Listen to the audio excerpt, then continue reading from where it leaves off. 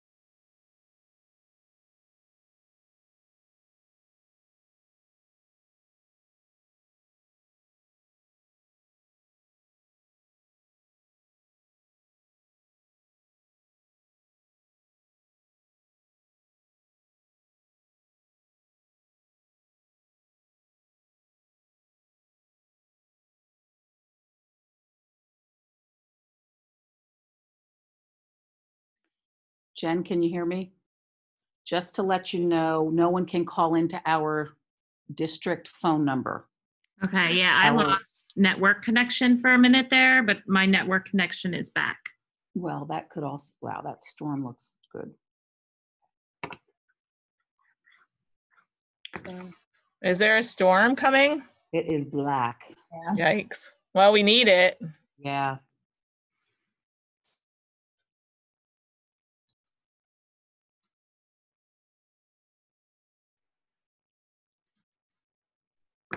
I'm concerned there's something up. We just lost power. Oh, Nicole Assey just lost power in Hanover. Oh, there are people on. There we go.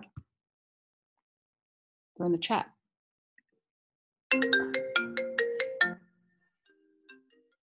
Hey, Nate. Tracy, can you hear me through Zoom without talking?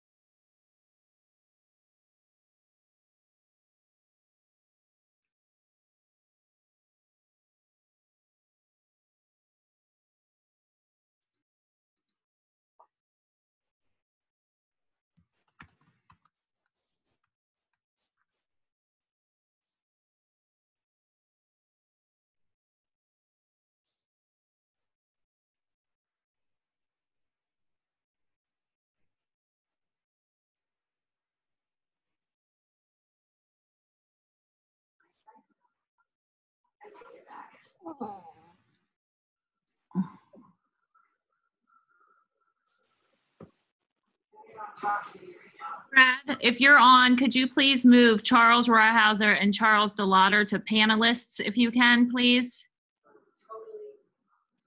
Do what? I'm talking to Brad.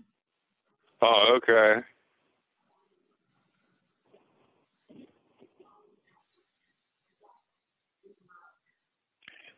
Can you guys hear me now? Yes. Okay. Yep.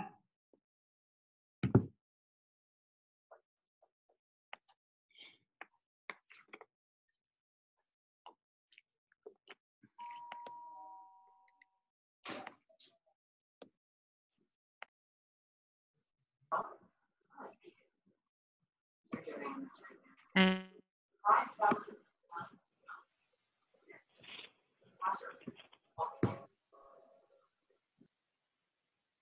Okay, is Amy on yet?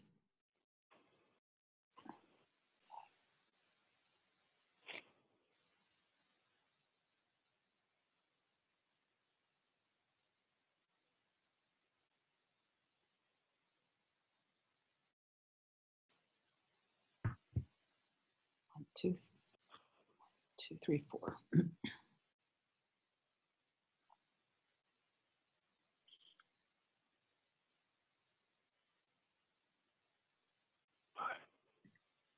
I don't think anyone, I cannot hear anyone. This is Dave. Okay.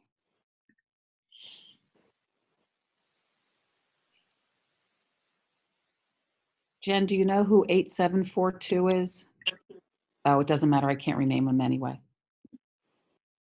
Oh, that's me. Who is that? Kathy? Yes. Okay, good. All right, one. All right, 1, 2, 3, 4, 5, 6. Brad.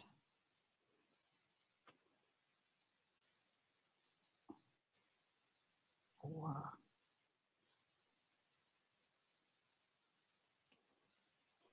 okay, so I have Nate, right? Nate, can you talk, please? Yep, I'm here. Chuck DeLauder, I'm here. Steve,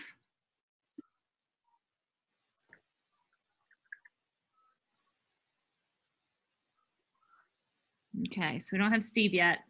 Dennis, Yep, I'm here. Rachel, you're here. Charles, you're here. I have a question for you. Okay. Do I click up there at board docs or I click over at board members?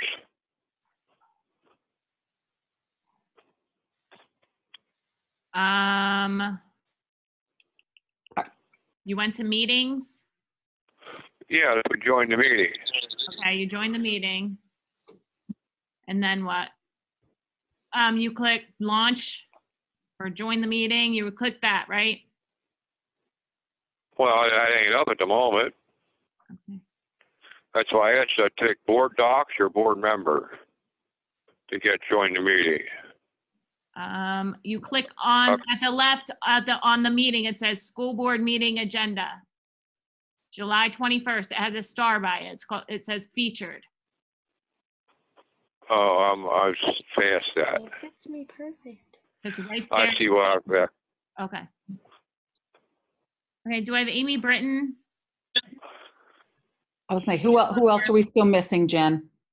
I'm Of the missing board members. Steve, Amy Britton. There's Amy.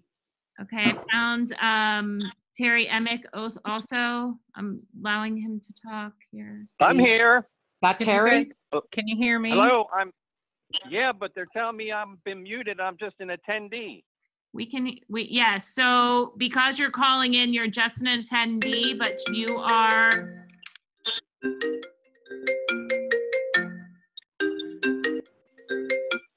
And you said we still need Steve. We have Dave Nelson, Troy, Scott Cousins in. Yep, Scott Cousins. I'm here. Yes, I'm in. This is Troy. Looking for Steve.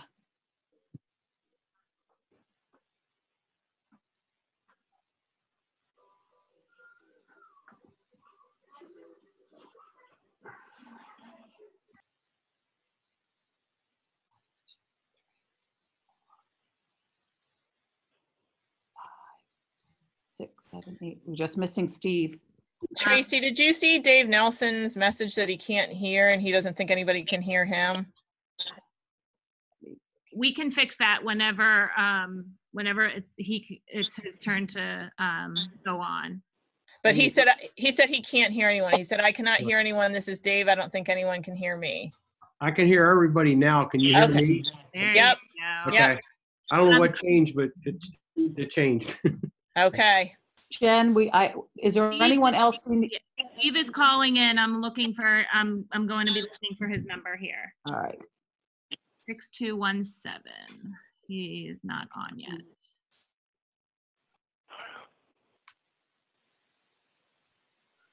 There it is. Okay, so I'm going to allow him to talk. I think I'm there. Can you hear There he me? is. There we go. I'm All just right. renaming you now, Steve. Okay. Thank Jen, anybody else other than Dave Nelson, Troy, Scott Cousins? Do we have Amy Britton? Are you here? We got Amy. Yep. We have the whole board. The whole Yep, I'm board's here. here. No other people speaking? Okay. Nope.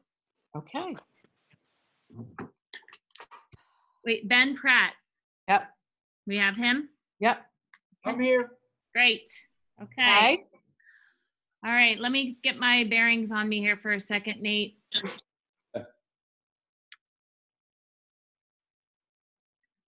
Yeah. I didn't close that garage door here.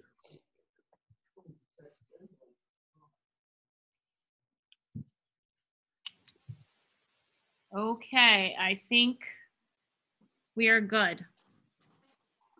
Nate. Okay. Good evening, everyone, and welcome to the Tuesday, July 21st, 2020 meeting of the Dover Area School District. I appreciate your patience as we were working through our technology issues to get logged in here. So thank you for allowing us a few extra minutes to get signed up here. For our board members who wish to speak tonight during this meeting, please state your name and then your question or comment during the meeting so the public knows who is speaking and when. For the public, to help avoid some background noise, if you could please mute your devices until it would be appropriate for you to speak during the public comment period of tonight's meeting. So we obviously wish that we could be holding this meeting in public with you. It was our intent to have this at the Dover Elementary School this evening, but due to the governor's order, we were not able to do that because of crowd limits. And as a public entity, we must follow what the governor is requiring. So we appreciate your patience and your tolerance. And again, hopefully in the next few weeks or months here, we can return to having public meetings with you in person. So with that, I'll ask Mrs. Benko to take the roll call for tonight. Mrs. Britton? Here. Mr. Cook?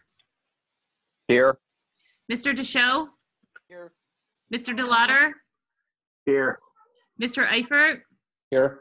Mr. Emig? Here. Mrs. Herman? Here. Mrs. Maley? Here. Mr. Rawhauser? Here. All members are present. Okay, thank you, Mrs. Benko.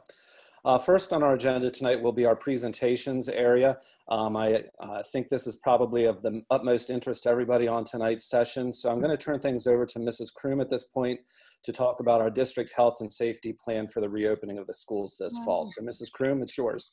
All right. Thank you, Mr. Eifert.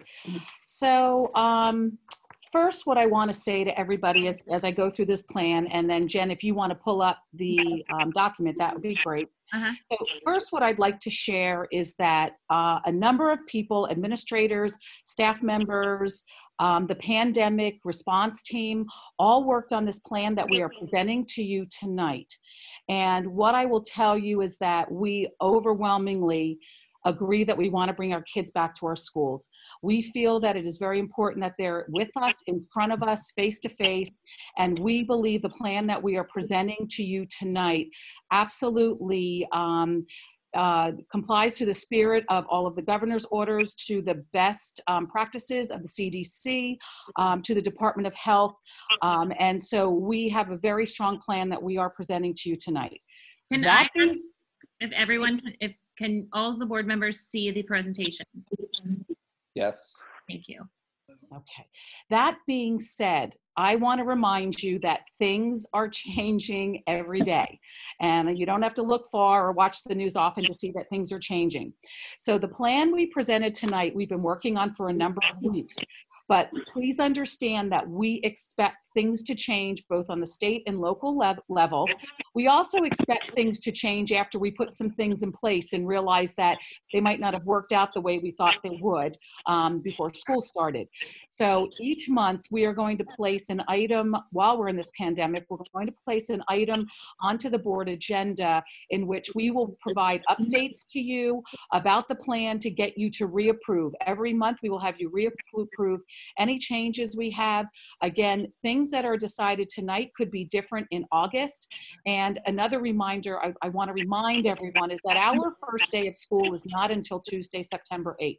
So we are one of the few districts in a very unique situation that we do have a little more time to make sure our plan is good and to adjust to things that might change as we get there. So I want to begin by reading this statement to you. The Dover Area School District Health and Safety Plans have been created through the collaboration of the administration, taking into account input from families, reviewed by the pandemic response team, and in consultation with our district solicitor. All decisions have been made with the health and safety of students, families, and staff as our primary focus. Governmental orders and guidance change often, and these plans are being developed to respond to any and all changes.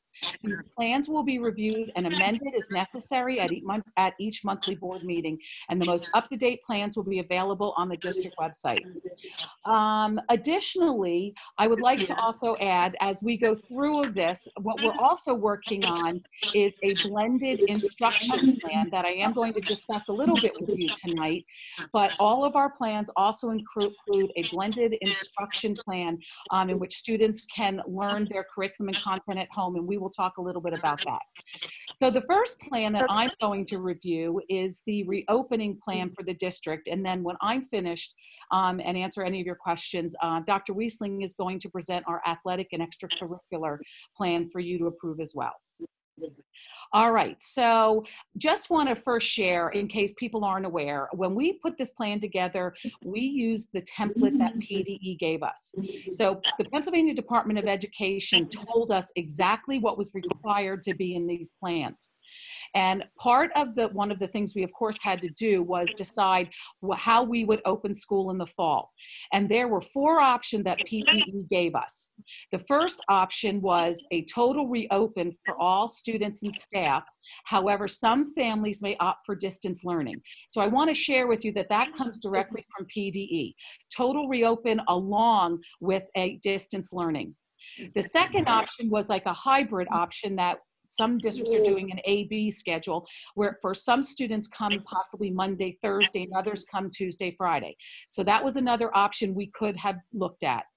The third option was the majority of online instruction would be for the majority of the students, but we may bring some students back into the building like our special ed students.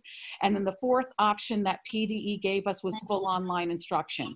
So, but I will tell you that after surveying families and talking to parents and other people, that this plan reflects the option to reopen fully for students and staff on Tuesday, September 8th, with an option for some families to opt for distance learning if they so choose. Jen. Sorry, I'm having to mute a couple people here, sorry. Oh, that's okay. All right, so one thing I want to definitely stress with this plan is that this plan must reflect CDC and Department of Health guidelines. It has to be compliant with all government directives. It has to be board approved, and it has to be submitted to PDE before school can open. Again, this is a fluid plan that will be reviewed and updated at each school board meeting throughout the pandemic, depending on, again, what the situation is in Dover, what it is in York County, what it is in the area, and on what we learn as we move along. The plan required the appointment of a pandemic coordinator, which is me, and strongly asked us to consider appointing a pandemic response team, which we did as well, and I'll talk about that in a minute. And the plan is organized by building, by middle school, elementary, and high school buildings. And it also, we were required to plan for the green status of York County and to plan for the yellow status of York County. And Jen, don't go on yet. So before we go forward with the next one, so what I want to share with you is, yes, that we are moving forward with a full opening of all the students on Tuesday, September 8th, with the option for parents who are just not comfortable to send their kids in every day to opt for a Monday, Thursday, Tuesday, Friday option, or can opt to have their kids online. But the district plan is that we will be open for students. We will be open for students, for all students and parents who want to send their kids every day. That is the plan. That being said, the governor has the power to mandate that we go full online, as he did in the spring. He also has the power to mandate that we as a district do like a Monday, Thursday, Tuesday, Friday schedule. That right now is not our plan, but I want to say this again. As we move forward, those possibilities are there. So I want to be very clear that that alternate schedule is a possibility in the future. And again, I also want to just reiterate that while we are opening with instruction in the classroom, there is a parallel blended online option for parents who choose that. It is the same curriculum, the same teachers, the same materials. It's just that it's done from home. So our plan is to open fully. Okay. So we appointed a district pandemic response team, and on that response team, you will see those people listed there. I am on that plan. Dr. Maloney, the assistant superintendent, is on this committee. Brad Perkins is on this committee as our director of safety. Christina Jacoby is on this committee as director of HR, because so much of this, it all affects our staff. Mrs. Kathy Geyer is on there as director of exceptional children, because servicing our special education population is a very big part of what we need to take into account. Mr. Jason Betts is serving as our teacher and our DAEA representative, and Mrs. Linda Miller is representing the support staff and a DAE SPA representative as well. Mrs. Karen Wallace is serving on the committee as a school nurse. Mr. Dennis DeShow is serving on our committee as a family and a board member. Dr. Preeti Marudkar is serving as our community health official, and Mr. Ben Pratt is serving as our district solicitor. So this plan was created and shared with all of these people, and we have met twice, and we've reviewed the plan. We've made adjustments based on their guidance and their advice, and what you see tonight is the final plan with all of these people and their input. Okay, so the safety plan, we have to provide information in 4 separate areas. And the first area we need to provide information to PDE is cleaning, sanitizing, disinfecting, and ventilating. And I'm going to say again, we divided the plan up. We had to divide it up by when we're in the green phase and when we are in the yellow phase. So you will see that what I am sharing with you tonight is the green phase, because we are currently in the green phase. We have been in the green phase, but there are some areas that you will see says yellow. That is, if we would go to the yellow phase, then we would move to that part of the plan as well. But a lot of this plan, the green and yellow, are the same things.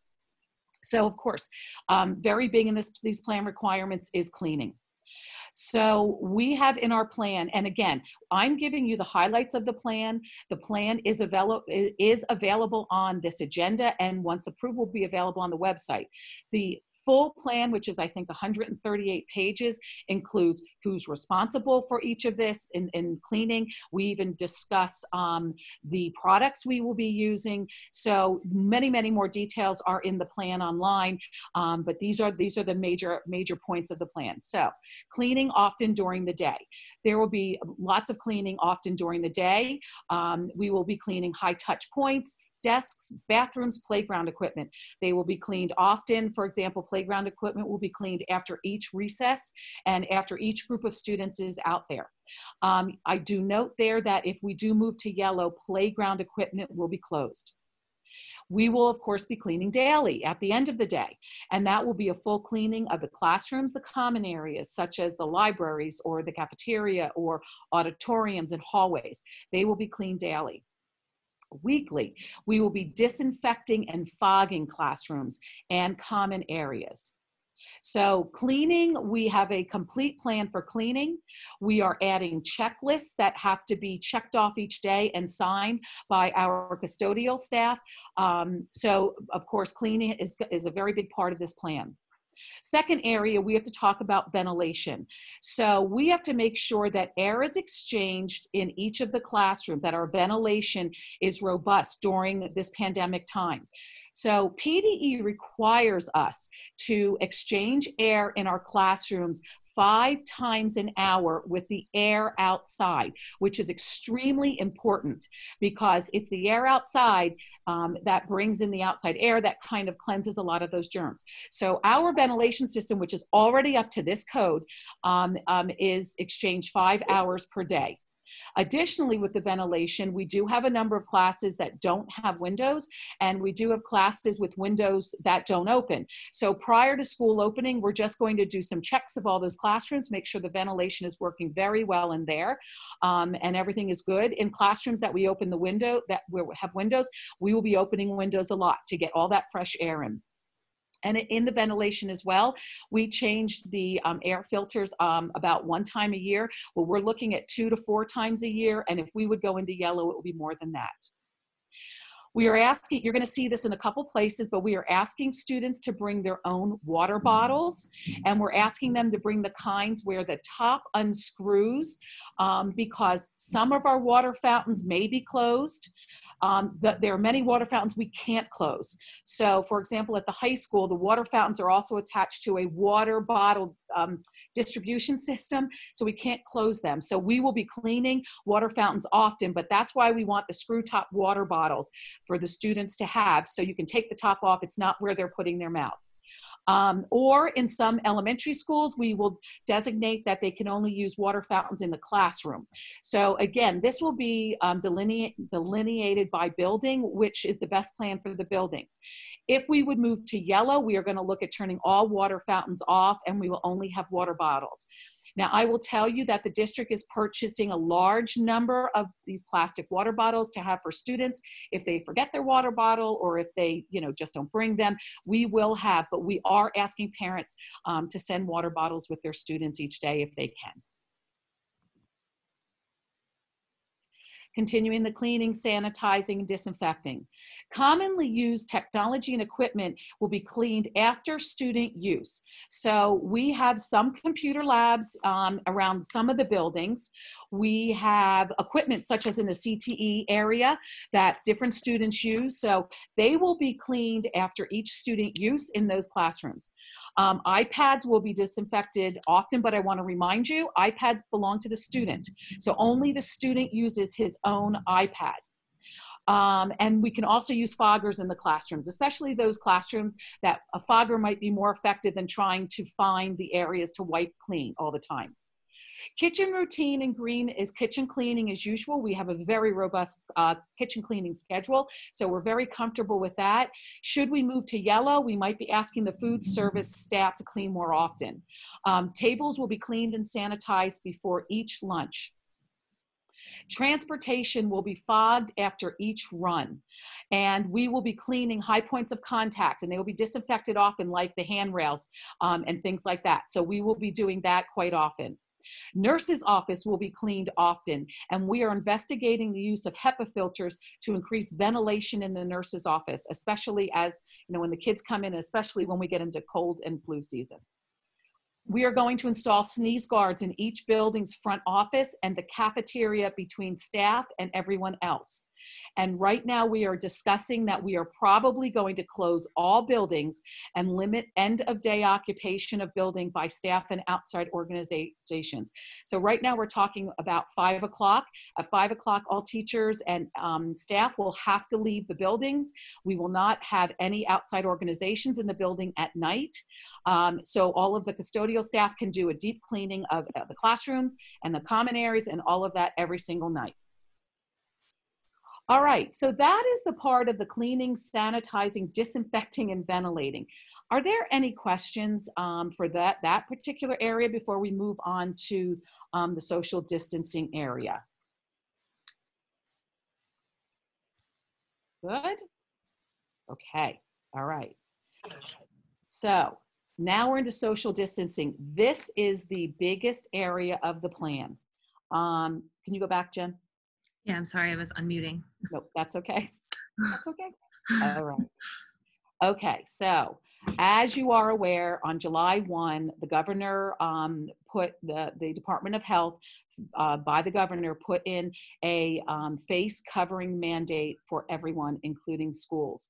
So all students and staff will be required to wear face coverings as ordered by the PA Department of Health on July 1st, 2020. And I want to just kind of take a second to talk about that a little bit. So as for the staff, right now we are in the process of purchasing a number of different face covering offerings for staff. So we are going to purchase some shields, the face shields. We are going to need them for teachers, especially who work with hearing impaired students or students who might have some processing issues and they need to see their lips. We are also ordering face masks for teachers, and some teachers may wear both. So we are in the process of ordering them for teachers to wear while they're in school. For students, students are required to wear face coverings, and we will have some available for them if they can't supply their own.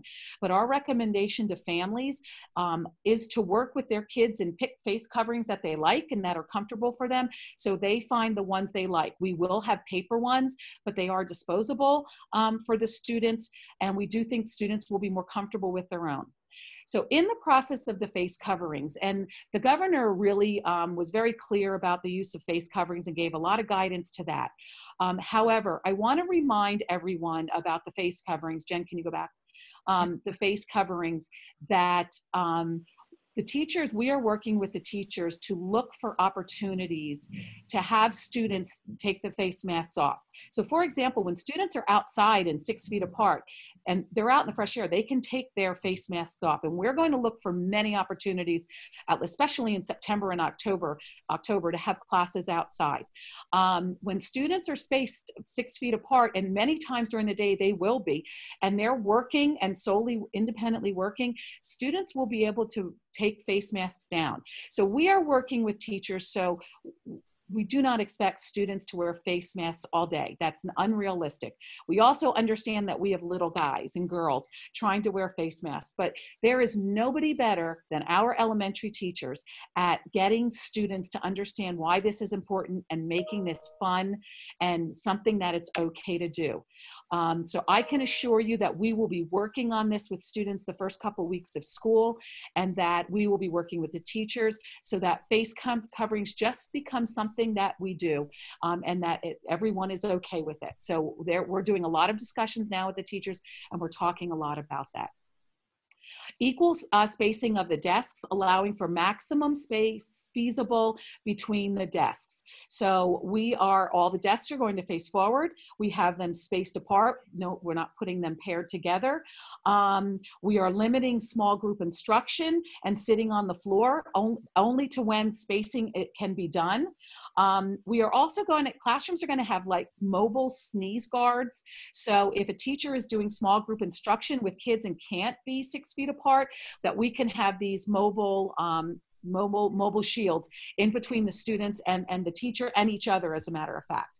We are looking, we are going to keep our auditorium and our libraries open, and we are not going to be using them for the most part. So we will be looking for those larger areas where classes can be brought to and social distance when as much as possible. So we are going to do our very best to do in the classrooms and in all instructional areas, we are going to do our very best to keep students as spaced apart as possible.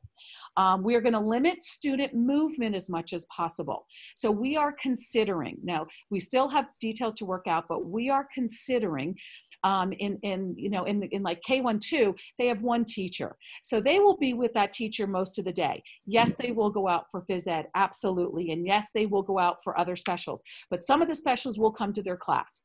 In the higher grades, we might choose to not move the kids, but move the teachers. And that way, students aren't going to each other's desks. At the secondary level, of course, that's a little different. So we're looking at how we can stagger dismissal times of teams or grade levels. So there's only one team or one grade level in the hallway at a time. So we are looking at all of those areas. We are looking at the hallways. We are going to do directional hallways and stairways, so they're only going one direction and kids are not coming back and forth across from each other. And right now, chorus and band will not be offered in the elementary school. However, we will consider small group singing and lessons. At the secondary level, we are going to be doing chorus and band. But at the secondary level, we are putting both of the choruses in the auditorium with masks, and we can separate them by 6 feet. When you look at the research, coughing, sneezing, and singing are the biggest activities that transmit the most liquid. So we feel that we can work with our older kids, but with the younger kids, we just are not comfortable with that. And that at this time, is 5th grade. In band, because a lot of the instruments are, you blow into them and there's a lot of liquid there. Again, we feel that our secondary kids at the middle and the high school are better able to do that, where our younger kids are just starting in band.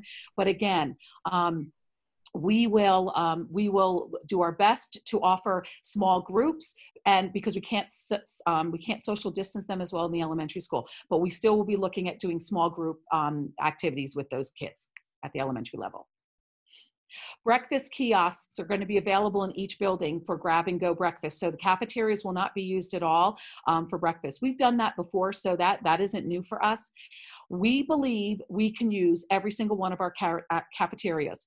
So both the middle and the high school cafeterias are built in a way that we have spillage into the hall. We've remodeled the cafeteria at the middle school and blown out that one wall in those doors, so it's open, and we believe we can move tables out into the hall, and we built the high school that way. So we are very comfortable that we will be able to, with the secondary kids, separate kids very appropriately to social distance in the cafeterias. At the elementary level, the principals are looking at schedules, and they are keeping groups together if they are in class together, or only one grade level will be in the cafeteria at a time. So we feel very good about seating in the cafeteria. We're going to mark the floors for where students need to stand when they're waiting to get their lunch. And we will eliminate tables and chairs that can't be used, so students do not get closer together. And we have specific yellow and green menus. Disposable trays and plasticware packets will be used. If we would go to yellow, we're probably looking at more kind of sandwichy lunches, but at this time, so we'll have 2 separate menus that will go with whatever we're dealing with at the time. There will be no shared classroom supplies. Students will have their own supplies. They can bring their own from home if they want. They can bring their own disinfectant wipes. We're still talking about, how kids will carry this around during the day in the lockers. However, there will not be shared classroom supplies. The elementary principals have a great plan for supplying every kid with a baggie, and they will keep their crayons and pencils and all of that in a baggie with their name on it. So all of those little details are some in the plan, and some are just still being worked on at the building level. iPads will be utilized for most materials. We are going to limit handouts. Online textbooks will be used when possible, and instructional materials will not be shared. Students will not be sharing textbooks. Now, does that mean there will be no paper? No, there will always be paper. We can't have kindergartners learning how to write their letters on an iPad. Well, they can use their finger and practice. However, we understand that we do need to use paper, but there are also much material that can be done on the iPad. Lots of work can be done on the iPad, and we really do need to move to the iPad as much as possible. And again, we have online textbooks. We will be utilizing them as much as possible. Again, students will be encouraged to bring their own water bottles. However, if they don't, the district is going to have some purchased, and we will definitely supply them. Students will be trained on proper hygiene, especially at the elementary and middle school grades. We will schedule times in some grades for hand washing and sanitizing. So students will be trained when they come in for recess. They will wash their hands and sanitize them. We're looking at the possibility of portable water sinks. We're still looking at them to put them in different areas, but we will have a whole plan, and the kids will be trained on when to wash their hands and sanitize. And sanitizers will be located in each room and other areas. Sanitizers, wipes, spray, all of that will be all over the district, and the teachers will have access to all of that as they need. Signs will be strategically placed throughout the entire building with all the expectations explained. So students will constantly be will be reminded of this, but again, we will be working with students and training them and reminding them, and I assure you that they will get it as we continue to do this. For the beginning of school, no, we will not be having any volunteers in the buildings. We will not have any assemblies. We will not have any guest speakers allowed in the buildings. And again, I want to say this plan is flexible and dynamic. Should things start to get better, we can absolutely revisit all of these things. But to start the year, our focus is absolutely on our 3,500 students and our 500 staff members. So we want to be really clear who's around our kids, and we want to keep other people from being around our kids, especially as we open school. All visitors must wear face masks. And when we talk about visitors, that could be a parent picking up their child in the office. That could be someone in for a meeting on a child. It could be somebody from a local agency. They must all wear face coverings. Materials and visitor areas will be cleaned once those people leave. They will not be in the building. We are going to create a separate area for meetings only close to the main office. So those visitors will not be in our main building. And should we go to yellow, we will only allow one visitor in the office at a time. And all service providers, so speech therapists and anybody coming from the outside, all service providers will follow our district's social distance and safety protocols. During recess and phys ed, equipment will be designated by classroom or grade level and cleaned after each use. Recess will be held outside as much as possible. And again, if we go into yellow, we will not allow the playground equipment or any of the playground stuff. And during this time, we will not be using the locker rooms during the day for phys ed in the secondary schools. Parents will be requested to transport their child if possible. And that will absolutely help us do more social distancing on the bus. Students will be spaced on transportation to the maximum extent feasible, and plans will be made at each building to stagger student drop-off and pickup as much as possible. So we might, in our bus runs, we might have some students dropped off at 7:30. They social distance outside, walk into the building. There might be another bus run that comes and drops kids off 10 minutes later. We might have kids get on the bus 10 minutes early at the end of the day, and then another run 10 minutes later. So we can social distance on the bus and social distance outside. And each building will have designated multiple points of entrance and exit from the building. So our one entrance, there will not be one entrance. We will have different entrances, and buses will be designated to which entrance those students use. There will be a separate entrance for parents, of course, and then possibly separate entrance for, we have vans and we have daycares. So we are working on all of those plans right now, and we will have all that finalized and ready for you in August to share all that with you. Field trips will not be approved at this time, and staff travel will be limited. And driver's ed behind the wheel will be allowed with specific guidelines and protocols. So this needed to be in our safety plan in order for all of you that have those ready to drive, so they can have a driver's ed coming up. So that will be in there as well. All right, so I think that covers the whole social distancing piece of the plan. Is there any questions or concerns or discussion about any of those pieces? Tracy, it's Rachel Maley. I think maybe these questions might go back to the first part of this presentation, Okay, but that's okay. so the schools, you said they're going to close at 5 o'clock. You know, teachers, staff need to leave. Am I having an issue with my connection? No, I can Oh, hear okay, okay, all right. And that the buildings then will not be open to any other outside organizations. So that's meaning sports, correct? outside outside organizations. Okay, so not school, our organizations, okay, not our So- athletics. okay, but outside, like the Dover Basketball Club, like that would not be, okay, Most likely right now, right? because of cleaning situation. Okay. It's a cleaning situation. And Tracy, I mean, cleaning everything is a daunting task. I mean, huge amounts of time and materials and people power.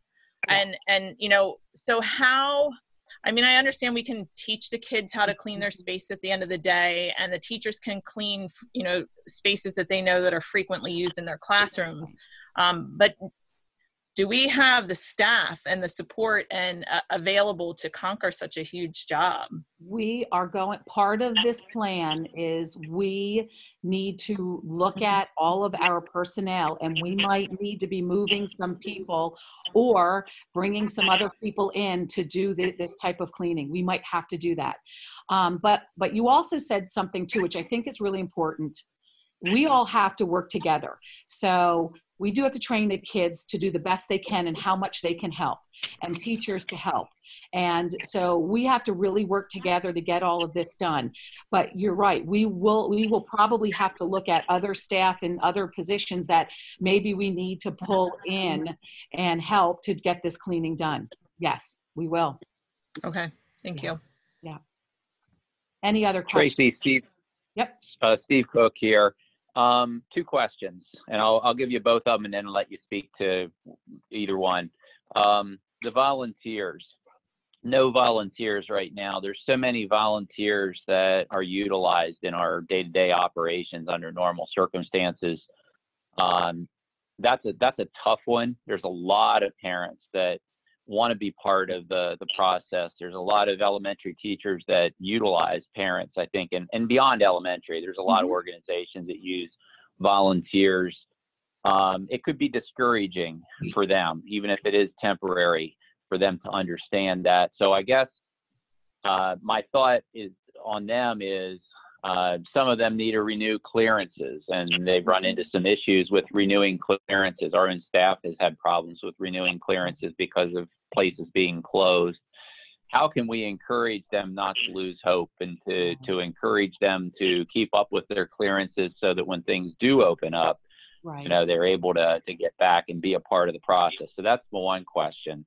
The other one is with multiple points of entry and exit in the buildings. We've done a lot in I'd say the recent decade to streamline only one entrance or one exit so that security can be monitored and cared for with, you know, no entry points. It sounds like this is demanding something different. This is demanding multiple entries and multiple exits. So how will we address the security issues? Will we have more SRO presence, you know, during those times, or how can we address that? Not forget about that part of our security in this process. So the security piece, you're exactly right. You are exactly right. So the security piece is we have to have a supervision plan, that we have adults watching all those entrances. And we really already do that. If you go to any of the elementaries and you see the multiple where the parents drop off and the buses drop off, you will see teachers are assigned out there. So we are really going to have to be very strategic where we put adults to monitor people coming in and out. So we'll have to be very vigilant with that. And honestly, we are even at that high school level. Their staff and their counselors and their secured, our SROs are all out there. So we just have to be really vigilant about really supervising those areas.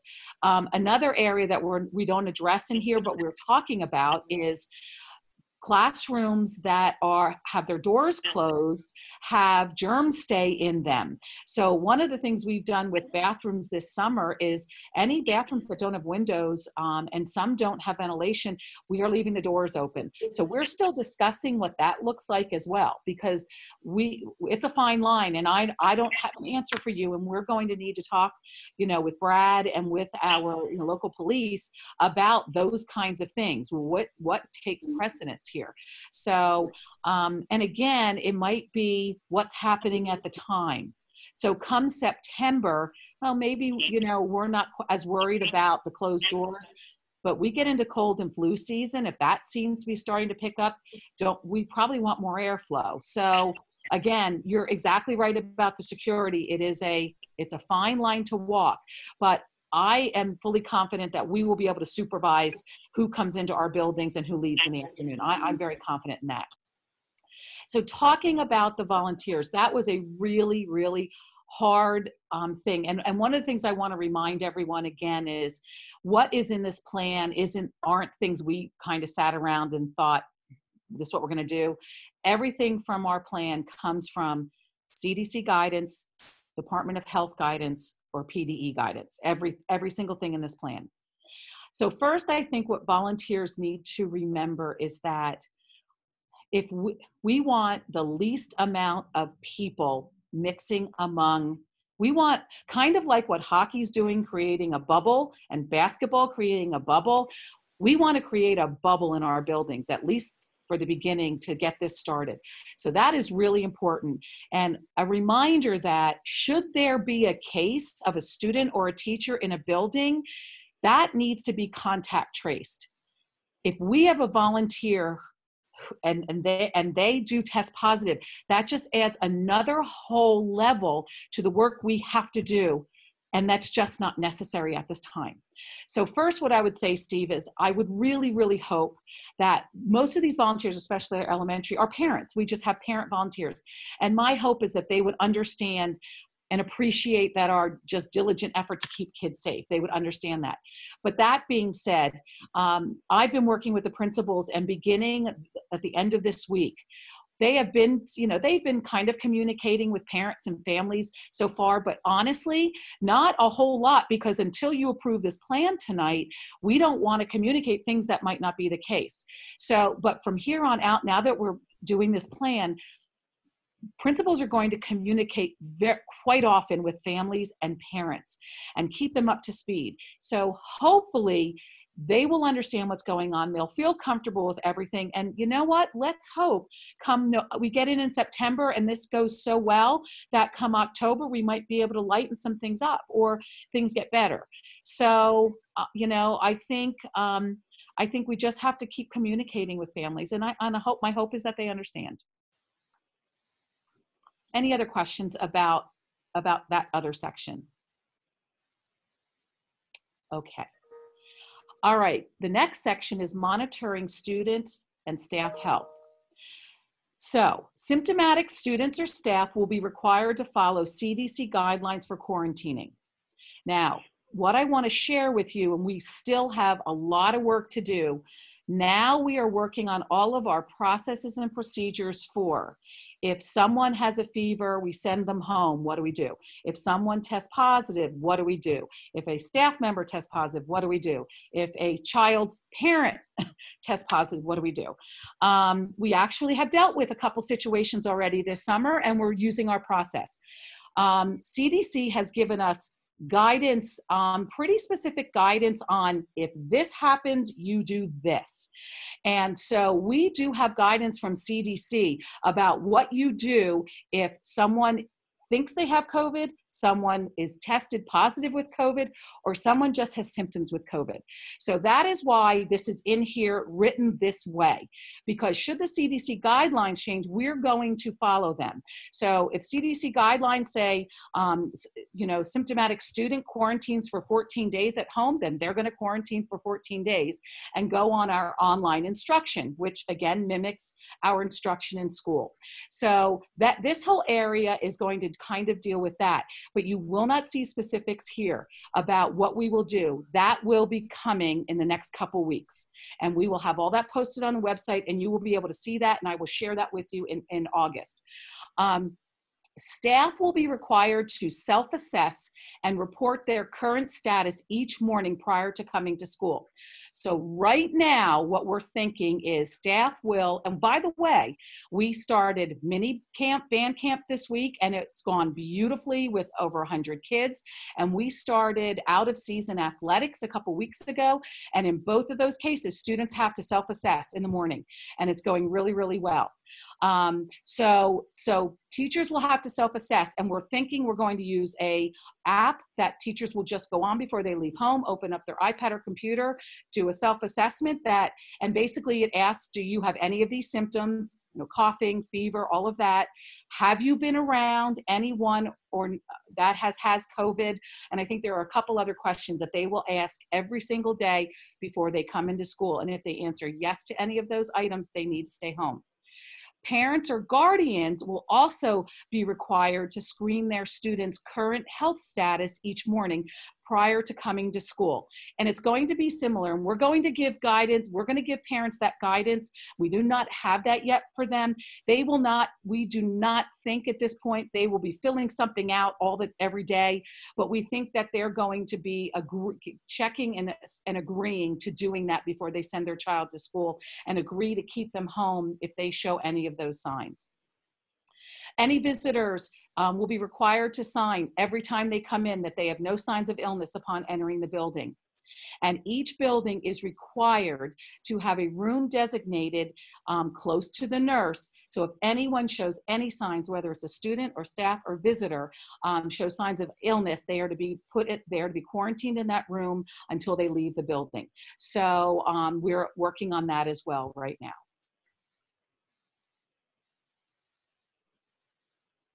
Jen? Okay. Oh, sorry. Okay.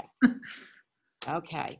Again, after someone's ill or after someone tests positive or after someone is around someone, the district will follow the PA Department of Health's guidance regarding the return to school by staff or students following an illness. Again, we have this guidance and we will be following that guidance. And all families and the community will be notified regularly and as soon as possible about changes to this plan or school circumstances or schedules. So for example, right now, and again, we still are not there yet, but the CDC guidance discusses that should you have a positive case of COVID in your building, you are to close school down immediately between 2 and 5 days. So we are going to follow all that guidance. Again, it's been given to us, and we will notify everyone as soon as we possibly can when we do close down school like that. All right, and the last section are other considerations for students and staff. So again, all students and staff will be required to wear face coverings as ordered by the PA Department of Health, July 1, 2020. A plan will be created for each staff member and student with complex health needs and other vulnerabilities. So already our Director of Human Resources is working with teachers who have underlying situations or concerns about being in school, should there be an outbreak or along those lines, and she is working with the staff. Once we get a little bit further into the summer, nurses and principals, we know which students through the IEP process and through our nurses, we know which students have underlying health issues. Special plans will be created allocated for them, and that we will have that and we will use those plans with those students. So that will happen more in August when our nurses, we kind of get them back in gear. Extra precautions will be taken in our low incidence classroom. So our autistic support class, our multidisability classroom, our life skills classrooms, we will have extra precautions and measures in those classrooms for those students who do tend to have some other health issues. And the district will regularly analyze current student teacher attendance, enrollment, class size, and teacher assignments to deploy staff to areas of need. So I want to talk a little bit about this. We have to continuously look at our attendance and our staffing. We might have a time where class size is very small in one particular area, and another area that we have a teacher or 2 or 3 out, and we need to cover classes. At the secondary level, we do have an opportunity with bigger rooms to put kids and space them out, but the elementary, we don't. So we are going to constantly be analyzing this. Goes back to Rachel, your question when you said, what will we do? How will we get more people cleaning? Again, we will look at our staffing, and if we have in the cafeteria, we have less kids in there and we might not need all those cafeteria staff, we might need to move them to other areas. So this is just something we have to look at regularly and every day. Also, as I said, I'm going to say this again, we are opening fully for all kids. Parents will have the option to have kids go online fully if they want, or 2 days a week if they prefer, just to kind of social distance. However, a parent might get into that situation and realize 2-3 weeks in that, you know what, the school's doing a pretty good with what we're hearing, and my kid's bus is pretty empty. I feel comfortable, so I'm going to send them back. Well, now that changes our numbers. So we have to be really flexible and really open-minded with everybody, and just understand that this is a day-to-day changing situation, and we just need to address it, and we need to just deal with it as we go. And know, again, that we will be updating the plan and moving as we have to.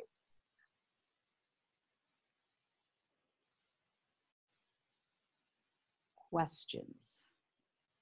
Tracy, it's Rachel Maley. Yeah, I have questions. So you had just mentioned about, the parents having some choices. If they're comfortable sending their kids 5 days, if they're, they want to do a couple days, just to kind of clarify that, one of the options is 5 days. You can send them to school physically 5 days a week. Yep. Or you can send them to cyber school, Dover Cyber School, 5 days a week. Or you can have them do online instruction, fully online instruction, 5 days a week from home or wherever. Yes. Or they can do kind of like a split schedule, 2 days in the building, 3 days online. Yes.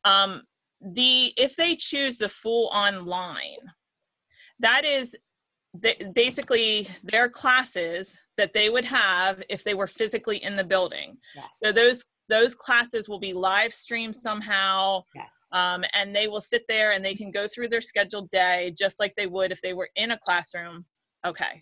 Just to clarify, because I think there's a lot of confusion about that. There is. And tomorrow I'm sending out an email with all of those options, and we're going to ask parents to choose their option, but probably not for another couple weeks. So that we're trying to do pieces at a time.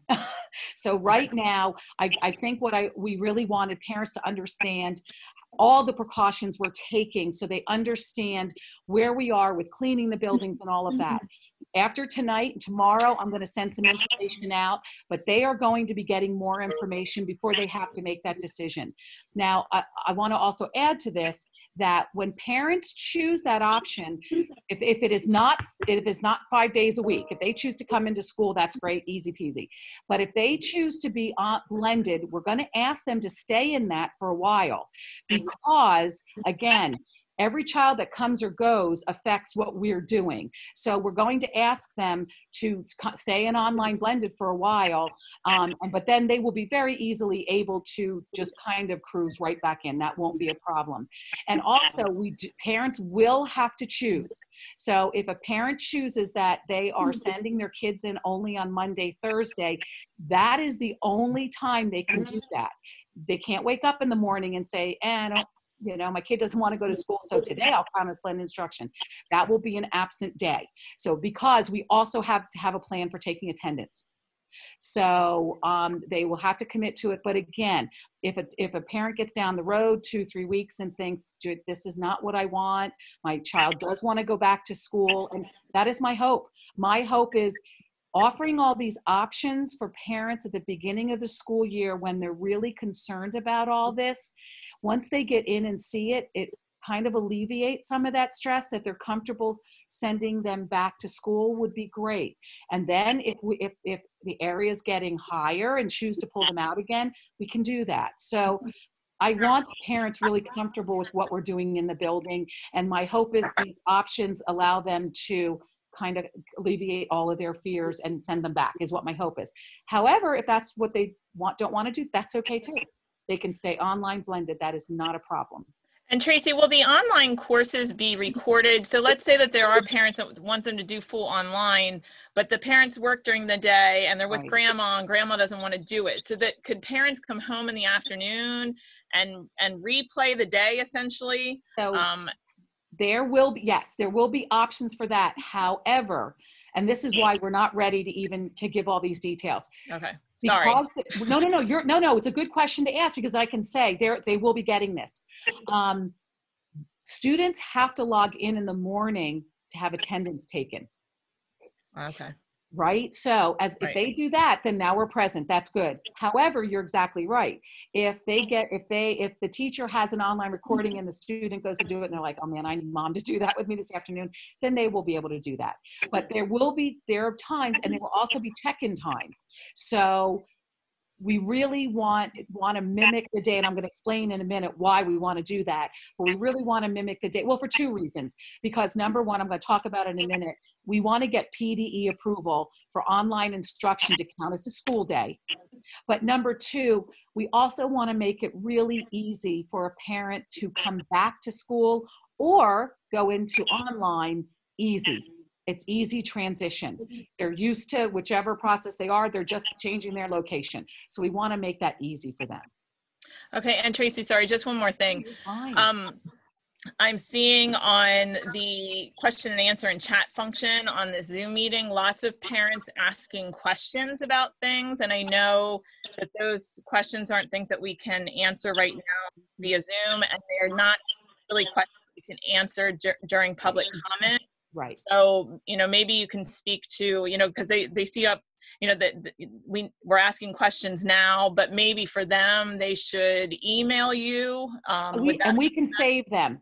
So okay. Brad can save the questions and answers in the chat for us. Okay, awesome. And we can just make sure that they won't be addressed in the video tomorrow because the video is already done, but they will be addressed. We will make sure they're addressed. Okay, thank you. You're welcome. Any other questions? Okay, Jen. Okay. So the board tonight is passing two things. They're passing a resolution implementing temporary instruction plans, and they are approving the actual emergency instructional time template for that plan. So PDE requires these two items to be board approved for me to submit to the Pennsylvania Department of Education to prove to them that our online instruction is the same time as our school, the same curriculum, all of that. Once PDE approves that, which I expect them to do, then online instruction can count for 180 days per year. So last year, you'll remember, we went out of school from March. Well, that was only allowed because the state legislature went in and changed the law to say, well, for this year, you don't have to have 180 days. At this point, the legislature's not done that, and we don't know if they're going to. So it is really important. So what the board is approving, they're saying, okay, your template, we see your template. We agree that this counts as the same as instruction in the classroom. And this gives a 4-year temporary moratorium to use this plan with blended instruction as we move forward. So I'm not worried about 4 years. I'm just worried about this year. However, that is what you will also be approving tonight when you approve both of these plans. That will be on there as well. Okay? All right. Is there any questions about that? All right. So at this time, I'd like to ask Dr. Weisling. Dr. Weisling, if you remember a couple weeks ago, or at our last board meeting, he came to you and you approved the athletic extracurricular health and safety plan. But at that time, it was only the plan for starting summer out of season practices and mini camp and all those things. So we could get that started. This is the guidance that we are using to start school with our athletics. So Troy, are you ready? Hear me? Can you hear me? Hear ya. We sure can. Excellent. Well, thank you. And you just took over my introduction there, but thank you very much. Good evening, everyone. As Mrs. Kroom said, you have already approved the phasing in of our health and safety for our athletic and extracurriculars. And that was due to the fact that schools, PD was authorizing us that we could resume those activities, and it required us to have a plan in place and board approved. And you did that. Since then, though, PDE has provided a template that parallels and uses the exact buckets of information requested, as Mrs. Kroom just identified in the school health and safety plan. That same template now is available, and now we are required to complete that for our athletic and extracurricular health and safety plan. So this first slide here is really reiterating some of the resources and organizations that Mrs. Kroom mentioned are being used to provide us with guidance and guidelines for the school health and safety, but we've added some other resources here. PDE has directly provided us with an athletics health and safety planning document to help steer us to looking at the items we need to consider for those particular topics. The YAIAA is our local interscholastic league made up of the school districts that participate in that league. And so they are made up of administrators and director of athletics from each school district.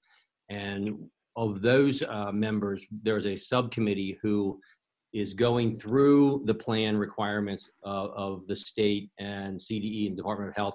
And we are having conversations too to help give us guidance to determine what are the elements that we need to be focused on and try to become consistent and look at following the mandates that we are being provided and the guidelines. The resources there, some of those other resources are some that Mrs. Kroom has also referenced earlier in her presentation. Okay, so as I stated, it's the same subheadings of the plan that Mrs. Kroom just highlighted for the school district return plan. So in the facilities cleaning, sanitizing, disinfecting, and ventilation for the athletic and extracurricular, of course, we're following the guidelines, and whenever possible, we're going to be focusing on outside fields and facilities. Again, that is directly natural airflow. We're not in contained spaces, and it's the safest area for our students and staff to be. When we are looking at the use of our facilities, we are looking at trying to provide adequate time, trying to space out our fields, our teams, or our events on our fields and facilities so that we have the least number of participants there, as well as trying to scatter those and stagger those so that we can have minimal or adequate time in between for cleaning and or entrance and exit of our participants. As it's stated here, these are the same guidelines that we are following in the district school health and safety plan. The second category of social distancing and other safety protocols, we are trying to keep our our activities, our teams to the smallest number possible. So of course, we have a lot of participants in some of our athletic and extracurricular programs. As Mrs. Kroom stated, we have 150 band members who've been out there participating. So our staff and our students are really, really working well to decrease the size of the groups that are together and are interacting with each other. And in the plan in our schools, we're talking about identifying them as cohorts. And so we're trying to keep the students who are working together as much as possible. Again, that's a mitigating step to reduce the number of individuals that others come in contact with. And then it also helps us to then control that with the number of staff members too. So these are all measures we're trying to do to contain the sizes. We are following the guidelines of the governors and the Department of Health order that is telling us that no gatherings of more than 25 individuals, including staff, are permitted for our indoor events. And this is something that that when we started the program or the plan in the green color, that number was higher, but we are responding to the Department of Health's order that's most recent, that's limiting it to 25. For outside gatherings and events, we are still able to maintain the 250 individual limit. Right now, we do not have use of our locker rooms. Some of that is because we are limiting that due to the conditions, as well as with our building projects, we really don't have access to some of those locker rooms. So that is the condition right now. But as we move into the season and we are opening with our competitions and our events, we will be looking at having to use those in a minimal basis. But we do expect that there will be a need for that, especially when we have our home events, we have our visiting teams. We do have to have spaces for those to go.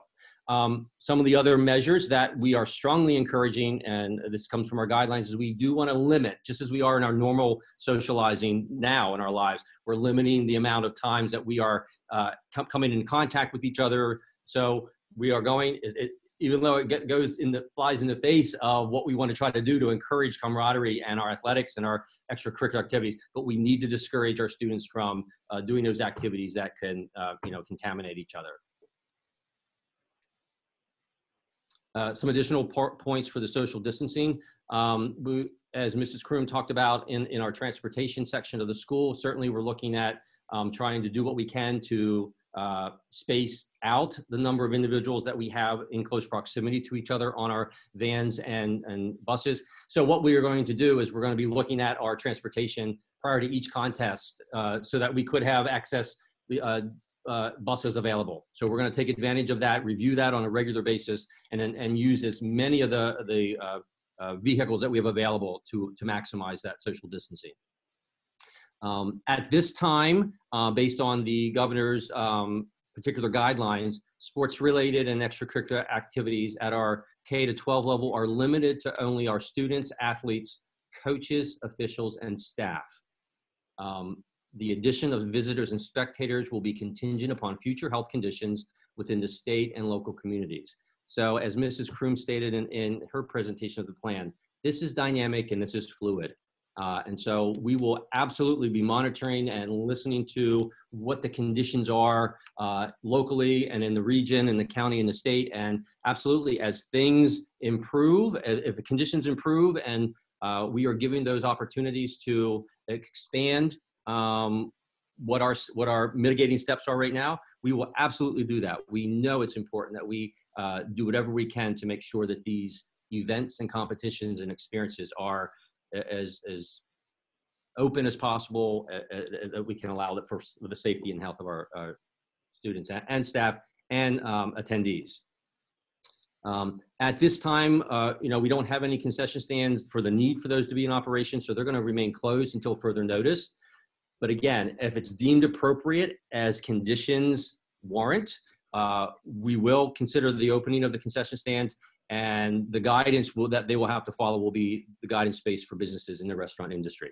So there are other organizations and other agency guidelines that will help us do this in the most safe manner. Additional social distancing efforts. We will be restricting or limiting the facility usage to outside organizations. As Mrs. Kroom's presentation talked about, that will coincide with, when we are in school, maybe determining that end of occupation day for our buildings, because we want to make sure we are limiting the traffic flow and the going in and out, bringing too many individuals that we can't keep track of or control of. When there is equipment involved with some of our athletics and our extracurriculars, even with the band, they're going to be using their own equipment whenever possible. If there is any sharing, it has to happen because some of the events and contests just warrant and the need of sharing. There will be cleaning happening with those items. And also, just like in the school plan, for our athletic and our extracurricular activities so far for the summer, we've been asking the students to bring their own water bottle, and that's been very successful, and we'll continue to do that. The next topic included in the health plan, again, is that monitoring of student athletes and staff health. So as Mrs. Kroom stated, we are doing the daily health screening for all of our participants and our staff members involved. And that's going really well. And that is giving us the opportunity to determine, and for the students themselves to determine whether or not they are having any of the symptoms that we need to be concerned about. And then also, as stated in Mrs. Kroom's plan, we are using the same guidelines for health and safety as the school plan. Final category for the athletic and extracurricular health and safety plan, those other considerations, similar to the school plan, all students and staff are going to be required to wear the face coverings, and that's due to the Department of Health order that was issued July 1. Students will also have to complete the Dover School District Athletic and Extracurricular Department participation waiver for communicable diseases. That is allowing us to know that the parents, the adults, have been able to read, and they are aware of the risks involved if they're, of coming in to participate in the climate that we have right now, and they're given their permission and okay that they understand that, and that they are endorsing the opportunity for their children to participate. And our coaches will work with school nurses and our athletic trainer to create individual plans if we are identifying that there are students who are higher risk or even staff members that are higher risk for severe illness. And that, again, is similar to the school health and safety plan. Mrs. Kroom, did you have anything else you wanted to add? I don't. You did a great job. Thank you. Great job. Any questions for Dr. Weisling? Yes, I have a couple of questions. First, with the restrictions of 250 people, say at a football game, are traveling bands coming? Are our band going to their schools? Are we going to have bands in the stadiums for any sports, things like that? So, very good question. Yeah, very good question. That doesn't have an answer quite yet. This is the kind of question we want the YAIAA to answer, because we think it's unfair for each district to decide that themselves. So we're hoping that the YAIAA will come back with what they believe the whole league should be. So right now, we don't know what that answer is yet. We don't know what that answer is yet. And Mr. Deschaux, that's one of the, as I referenced our resources and who's working on that, that's a great example of what needs to be consistent and decided upon so that it is followed by each district. Right. And they had one meeting already, and I believe they're going to have their second one tomorrow. So I'm sure, just like any other of our conversations, that information is in process and it's coming. It will be coming forward to us. Right. Dr. Weisling, Steve Cook here. Hello. Yes. Hello. Wanted to ask a question about the fall sports season. I'm assuming schedules have already been made, and the season as we know it is intending to happen at this point in time. Some places have already made decisions to forego the season completely, and I was wondering who makes that call. Is that something that our local YAIAA would determine? Would PIAA weigh in? Is that something that we can look forward to the governor deciding for us? Who is it that really we're looking to for guidance on that? I think maybe you may have answered that question in the last question, but I was curious about that. That's a good question, Mr. Cook.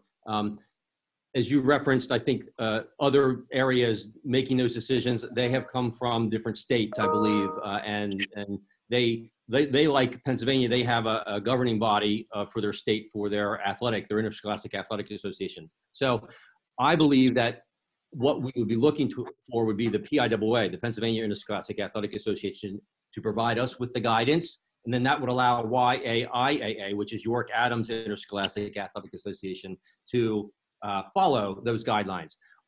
Through this experience so far, I'm noticing that the PIAA is following the governor's and the Department of Health's guidance. So I think PIAA is the one who gives us the information regarding what we need to do for our athletic and extracurriculars, but it has been following the guidance provided from the governor's office and the Department of Ed.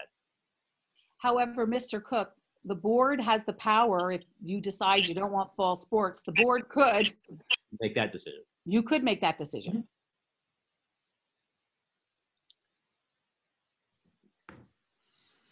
Any other questions for Dr. Thank you. Weisling? All right. Thank you. Thank you. Kroom, did you have anything else? I don't. Okay. I just want to thank you, Mrs. Kroom, as well as everybody else who has worked very diligently on this plan. I know it's been a lot of work, a lot of effort.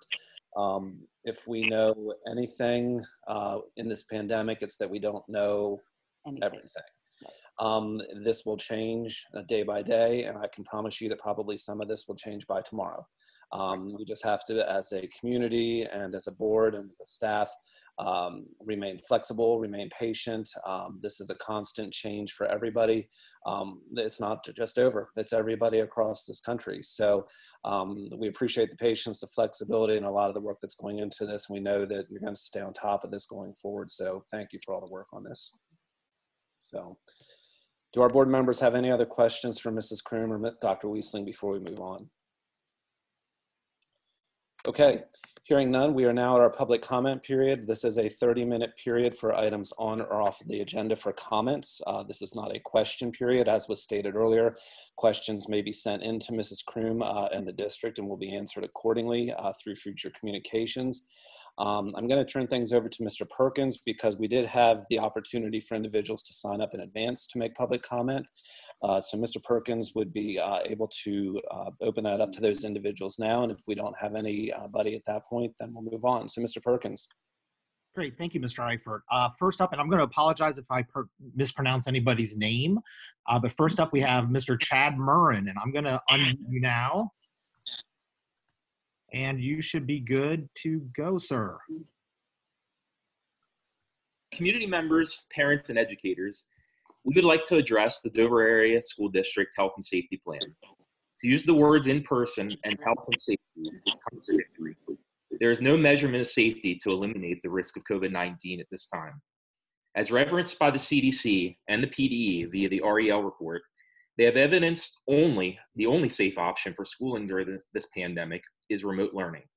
I ask that you stop politicizing and justifying irresponsible reopening and instead focus all of your efforts to creating an effective and successful remote learning process.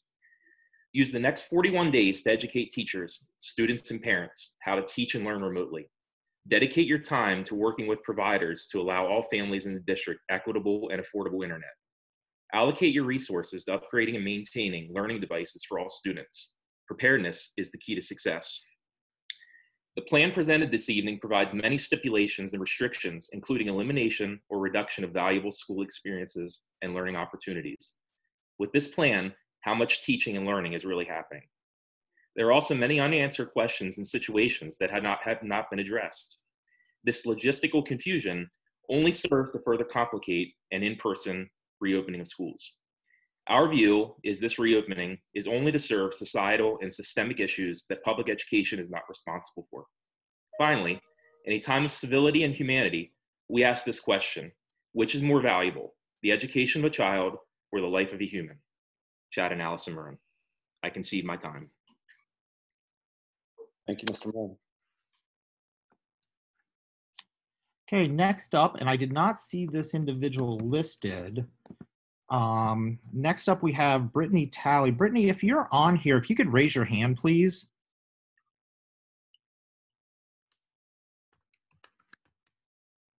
Okay, not seeing Mr. Eifert. That's all we had officially listed. Okay. Are there any other individuals on the meeting tonight that would like to speak at this time? I see 3 individuals with their hands raised. And again, I'm going to apologize if I mispronounce anybody's name. But first up is M. Gasparin. I'm going to allow you to talk. And if you could unmute yourself, please. I do apologize. I'm not sure how I raised my hand, but I did not have anything to say. Oh, okay. Well, thank you so much. Thank you. It was nice talking to you. Next up, we have Charlotte Crosley.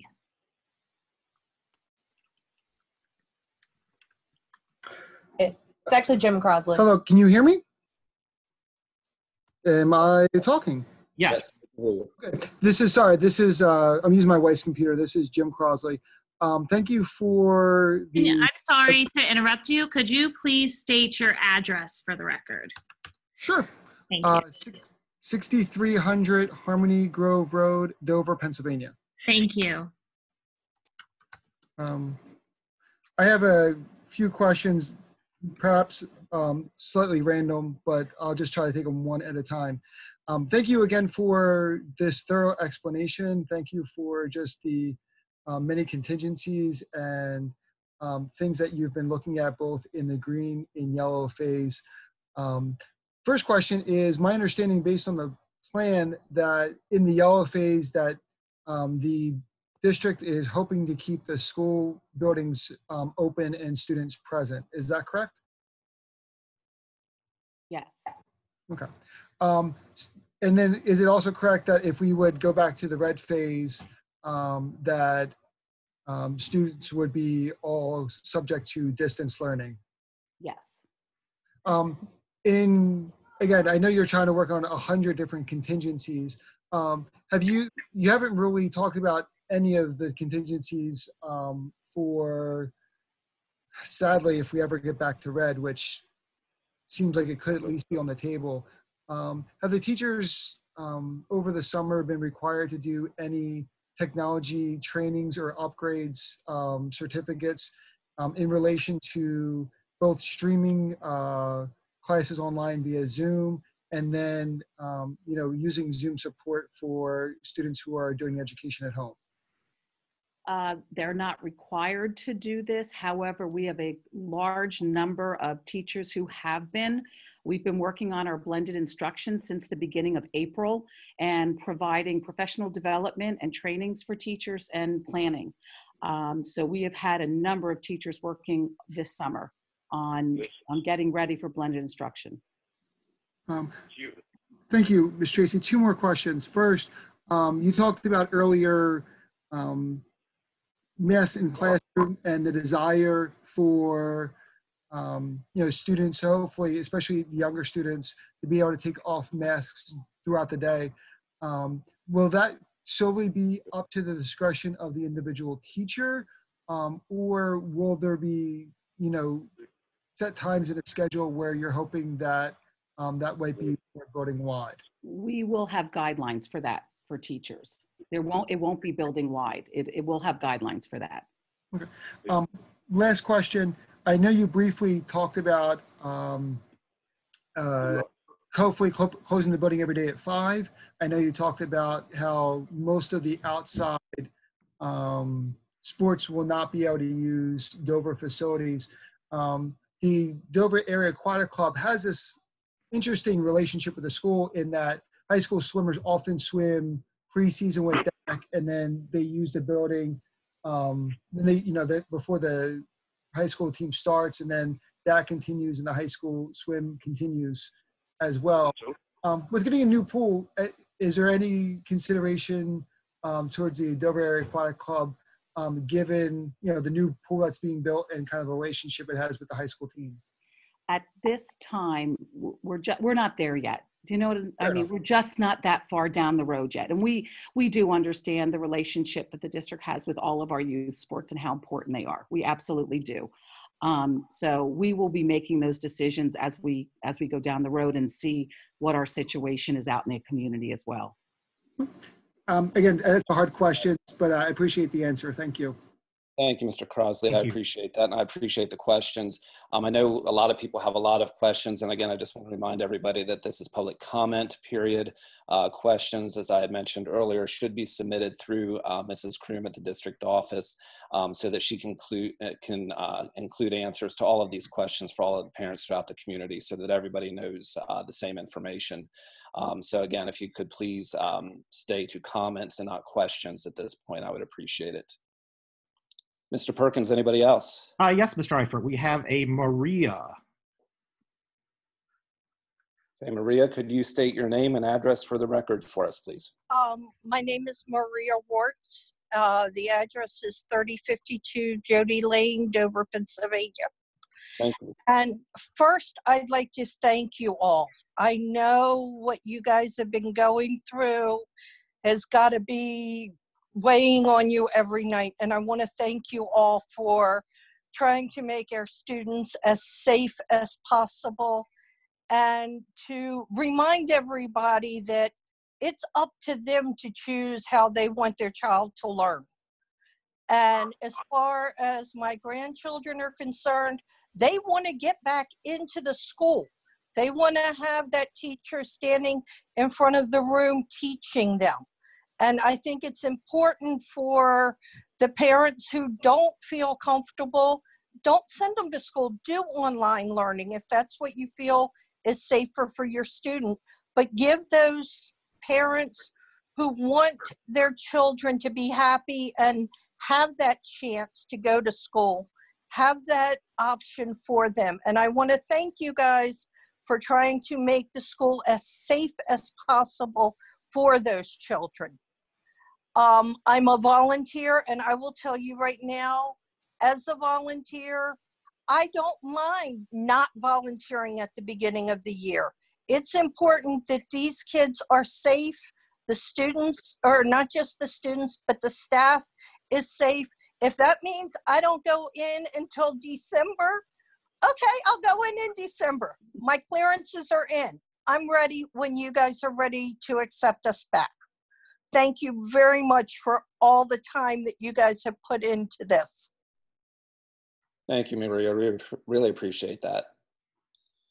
Anybody else, Mr. Perkins? Not at this time. Okay. Thank you, everybody. And again, I can't stress enough how much we appreciate the questions, and we really do want to hear from you. Mrs. Kroom's email address, I'm going to give it out here in the public right now for everybody. It's TKRUM tkroom@doversd.org. She's probably going to kill me now, but we really do want you to submit your questions to us because it's important for us to hear your questions. We might not have all of the answers at this point. We may never have some of the answers to some of these questions. As I said earlier, it's a very fluid situation, and everybody's doing the best they can at this time. So thank you, everybody. We'll move on now to our board president's communication area. We did have executive sessions recently to discuss some personnel and legal matters. We held one on July 14th, 2020 at 7 p.m. and another one on July 21st at 5:30 p.m. Next item on the board president's communication, as we talked about tonight, we've got a lot in front of us as a district right now. Obviously, the biggest thing in front of us right now is how do we safely reopen our schools in the midst of a pandemic and continue to provide a solid education for our students. We are also working on two major building projects. We have the new high school coming to life, and it's looking really good if you haven't had a chance to go by that, as well as the middle school project happening. We also have some transitions within the district, so we have a lot of stuff facing the district at this point. And if you haven't known before, Mrs. Kroom was actually scheduled to be retiring from the district in November. But she has graciously agreed to stay with us through this school year, retiring at the end of April. so that she can navigate us through all of these challenges that we face. And I am eternally grateful to her for making this personal sacrifice. She could be off enjoying a beach somewhere, having to probably wear a mask on a beach somewhere, but she has decided to stay here and to be a part of this community through the end of April. So I really want to thank her for that. So tonight we do have an addendum to adjust her contract to reflect her new retirement date. So at this time, I'd like to entertain a motion to approve the addendum to the contract of the superintendent, Mrs. Tracy Kroom, as per the enclosure. So moved. And that was Rachel moving. Rachel, yep. Do we have a second? Second. Dennis DeShow. Second, Dennis DeShow. Any questions or discussion from our board members on this? Hearing none, Mrs. Benko?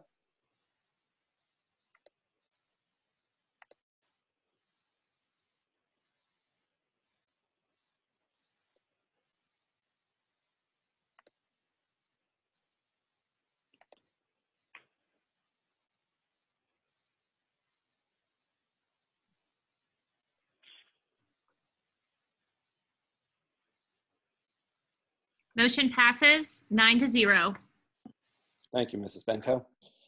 Next, we have a motion to deny the DAEA grievance number 1 as per the enclosure.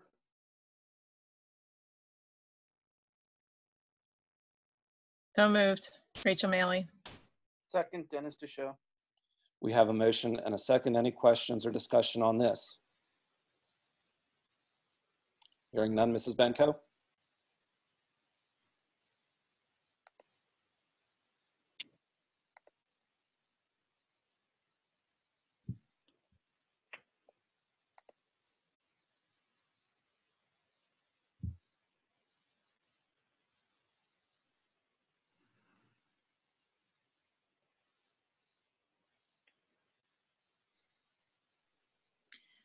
Motion passes 7-2 with no votes being Terry Emick and Kathy Herman.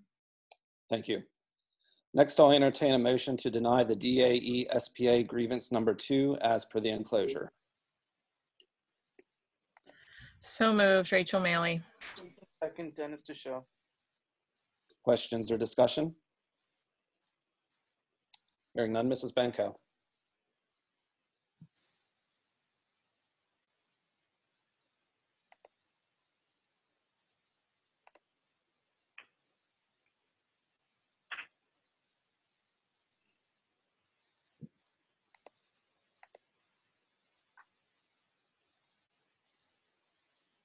Motion carries 9-0. Thank you. Okay. Next, we will move on to the approval of our minutes. So at this time, I'll entertain a motion to approve the minutes of the June 16th, 2020 board meeting. Rachel Maley, so moved. Dennis DeShow, second. Questions or discussion? Hearing none.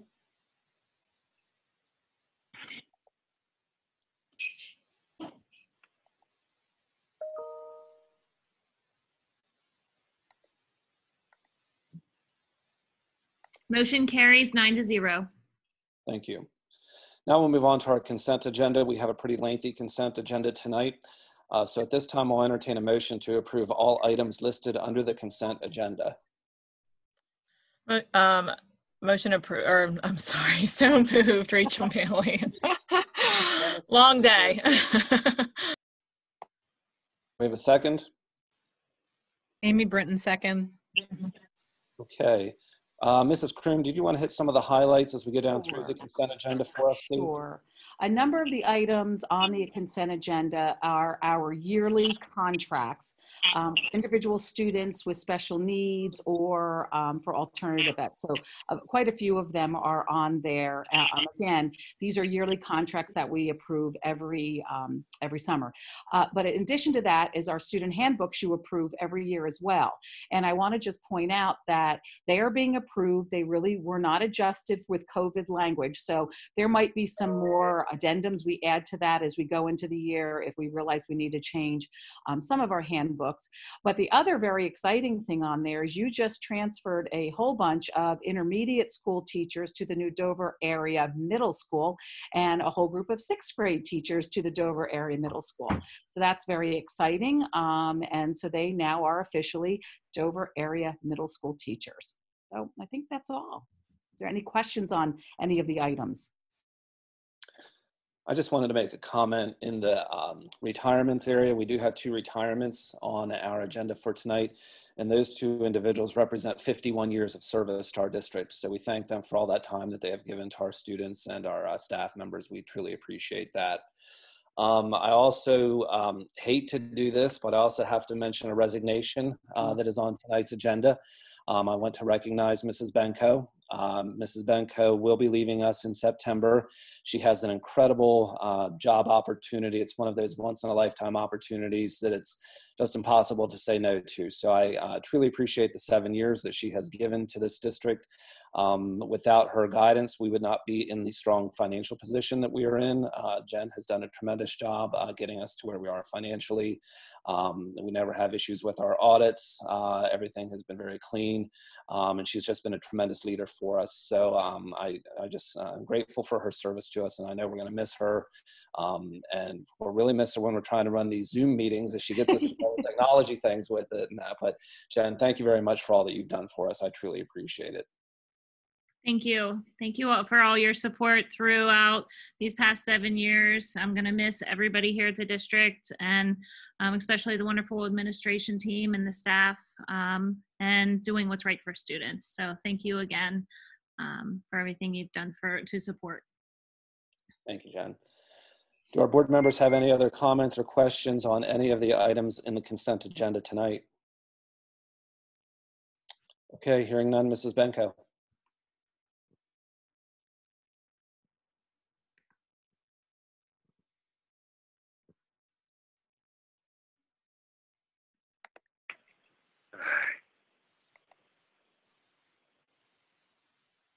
Charles, I pushed the wrong button. Which button would you like to meet? Which? Yes. Okay, there we go.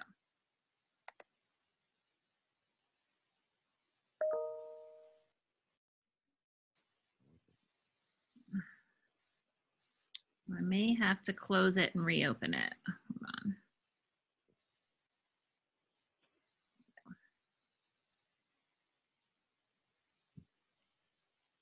Motion carries 9-0.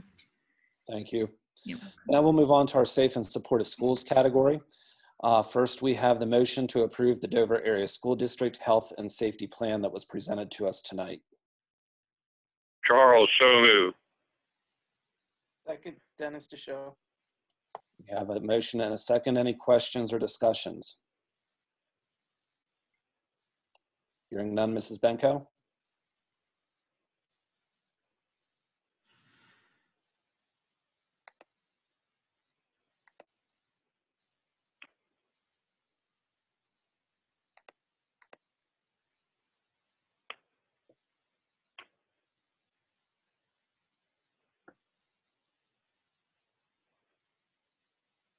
Motion carries 9-0. Thank you. Now I'll entertain a motion to approve the athletic extracurricular health and safety plan presented to us tonight. Dennis DeShow. So motion. Rachel Maley, second. Questions or discussion? Hearing none, Mrs. Benko.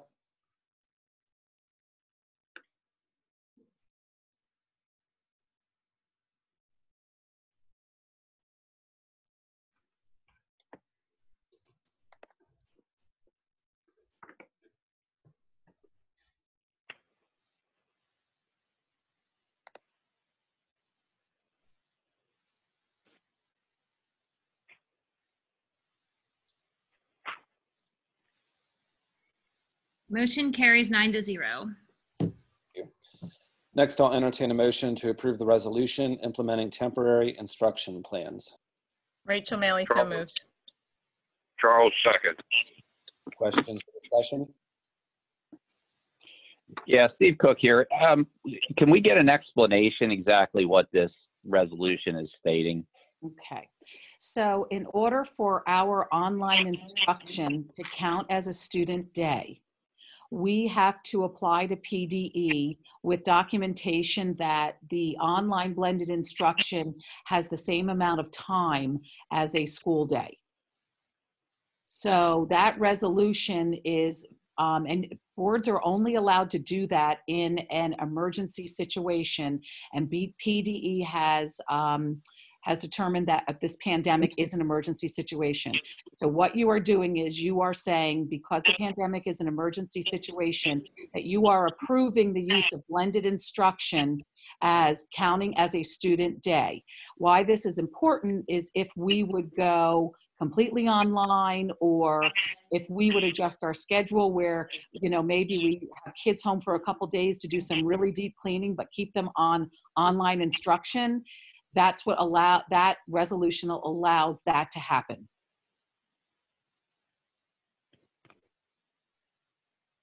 Any other questions? Okay, Mrs. Benko.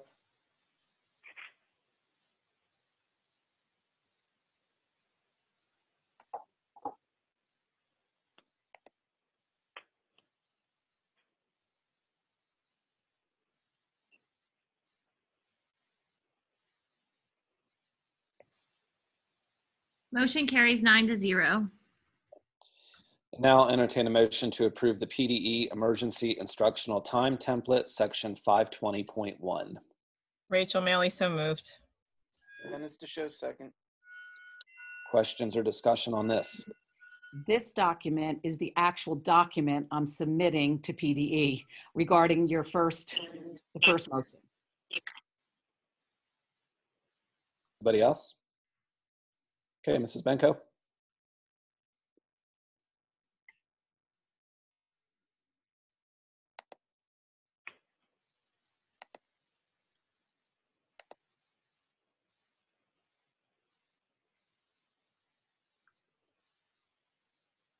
Motion carries 9-0. Okay, thank you. Now we'll move on to the capital project section of our agenda tonight. First, we have Mr. Pratt, our solicitor, with us, who just has a few updates, and then we'll involve Mr. Nelson, our facilities manager. But I'll turn things over to Mr. Pratt for a brief comment right now. Good evening. Thank you. I hope everyone can hear me. What I wanted to report to the board is that we are coming close to the conclusion of the projects, both at the high school and the middle school. The contractors are to be applauded for their hard work that they've put in over the summer, as well as after the shutdown, the 10-day shutdown that we had based on the governor's order. We do have a couple of issues that may come up, but we are working with those, and hopefully when we report to you in August that we are, the majority of both projects are close to substantial completion, and we would not have to look at any major delays to the start of the school year. The one thing that we did report, that Mr. Nelson did report last time, was the fact that the pool area is going to be probably delayed until November, but we are working with the contractors on that and making sure that that is completed on time, as well as the other buildings, to make sure that they are safe and available for the school. We do also have the middle school project is moving along very smoothly. We have classrooms that are being turned over. We are having the use of those classrooms, being able to get into those classrooms sooner than we anticipated based on the shutdown that we did have. So it's moving forward, and from as I always say, from a legal standpoint, it's looking pretty good. And I know that Mr. Cousins and Mr. Nelson may have some further comments as we go forward, but we'll have some further updates as whether there's going to be any types of delays or extensions of time for those contractors. So that's my report at this time. Okay, thank you. Any questions for Mr. Pratt from our board members? Okay, so with that, we will move into our change orders that we have tonight. If I can just scroll back up on my agenda. Item 902 would be our high school change orders. So at this time, I'll entertain a motion to approve the following high school change orders as per the enclosure. Change order number 2 for Matchline Mechanical of $13,204.70. Change order number 5 for Lobar Inc., which is a deduction of $10,000. Change order number 6 for Lobar Inc., $1,229.70. Change order number 7, Lobar Inc., $1,357.92. Change order number 15, Lobar Inc., for $3,425.82. And change order number 16 to Lobar Inc. for $5,750.54. Is there a motion? So moved, Dennis DeShow. Rachel Maley, second. And Mr. Nelson, could you walk through these change orders for us and explain each one? Yes, we'll start with number 2 for Matchline Mechanical for $13,204.79. This was to add a variable air volume heating and air conditioning unit in one of the corridors that wasn't included in the original contract.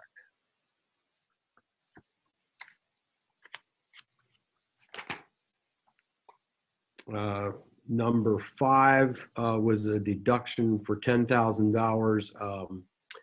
Actually, we're getting money back on this. So this was to change from a concrete encased conduit running out through the parking lots to just stone dust and to a modified stone around it. We did this early on in the project. We made this decision because of the timing of getting done over the summer. If we had concrete, it was going to push our end date out a little bit just because it took so long to do. So that's a credit for 10. And then for number 6 for Lobar was an add of $1,229.70. And this was to adjust the elevation of lights and clouds in the auditorium. When we first set them up, they had them all installed, and if you stood in the top riser in the very back of the auditorium, you could actually see on top the clouds, and we just didn't think that looked good, and we didn't think a long term that was the way to go, so we had to adjust them all. So that's what that was for. Change order number 7 for $1,357.92 was to add 64 pendant stems in the art rooms to lower the lighting pendants in there. Again, that was an aesthetic and lighting type thing to increase, make the lighting better. Number 15 for $3,426 is basically this is a cement block chase to include return air duct. It was missed on the prints. The duct was there, and we could have left the metal duct, but it just didn't look good. And this is in the art room, 160.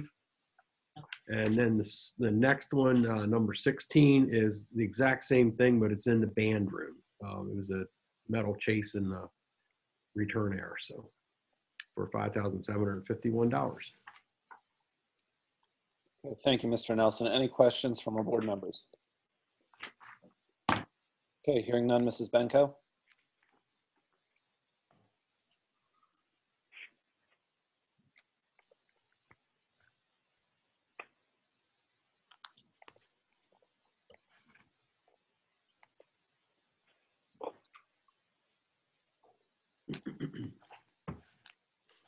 Excuse me.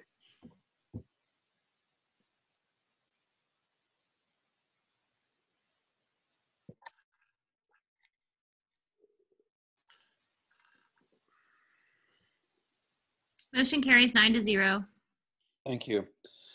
Next, I'll entertain a motion to approve the middle school change orders, all of which are for ECI construction as per the enclosure.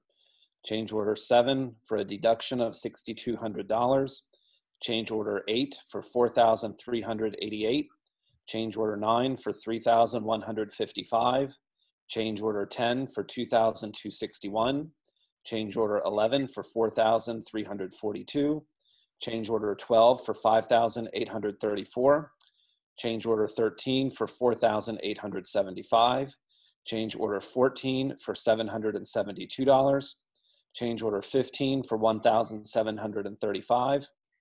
Change order number 16 for $596. Change order number 17 for $6,280. And change order number 18 for $71,020. Do we have a motion? Rachel Malley, so moved. Dennis DeShow, second. Okay, Mr. Nelson. Okay, start with number 7 for 6,200. This is a credit. Original contract had to remove the portable classrooms, they were called trailers here, and then do paving repairs if there were any under the trailers. Since we're utilizing those trailers for offices over the summer, we couldn't take them out during the construction. And if we have any issues with getting finished the end of this year, in August, we could also utilize these for some storage and or maybe an office area for somebody. So that's what that one's for.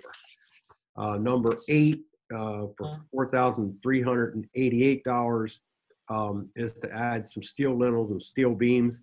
Once we started opening up walls and tearing ceilings out, we found numerous areas where we needed to add a steel beam or a lintel across an opening that was kind of sitting there on its reputation. So that's what this one's for. Number 9 for ECI again is to add $3,155. Again, this is along the same line as the one I just talked about. We had to add a 16 by 16 inch masonry pier, and then we had to do some cement lintels and revise the joint length, and then provide a fire rated ceiling in an acoustical area, or an acoustical ceiling in another area. Number 10 for $2,261 was to install a longer rain leader. When we started doing some trenching work, we found out there was a storm drain that we didn't know was there, and we had to, after we cut it off, we had to put it back in. Number 11 for $4,342, we had to add a drywall bulkhead in an area where there was an elevation change between 2 ceilings. It was a pretty long area, so it wasn't anticipated. It was off by 1.5 inches, so we had to do the bulkhead to make it match. Number 12, this is for $5,834 in the boys' locker room. We started demoing that and went down one day and we had water running through the ceiling. So we had to demo the ceiling and found out that one of the pipes had a hole in it, started leaking. So while we're at it, we're tearing that whole ceiling down, starting over and putting the new ceiling back up and repairing the pipe work. Number 13 for $4,875. We had to add a wall in the new art room that we didn't think we were going to have to add. It was just when we took the cabinetry away that was in there for the used to be the ag shop, the wall was in much worse shape than what we anticipated, so we had to add a stud wall in front of it to kind of hide it, if you will. And then number 14 for $772. We had to demo a pipe chase and then rebuild it to get some pipe work through an area. Number 15 for $1,735. We had to add some additional lintels again.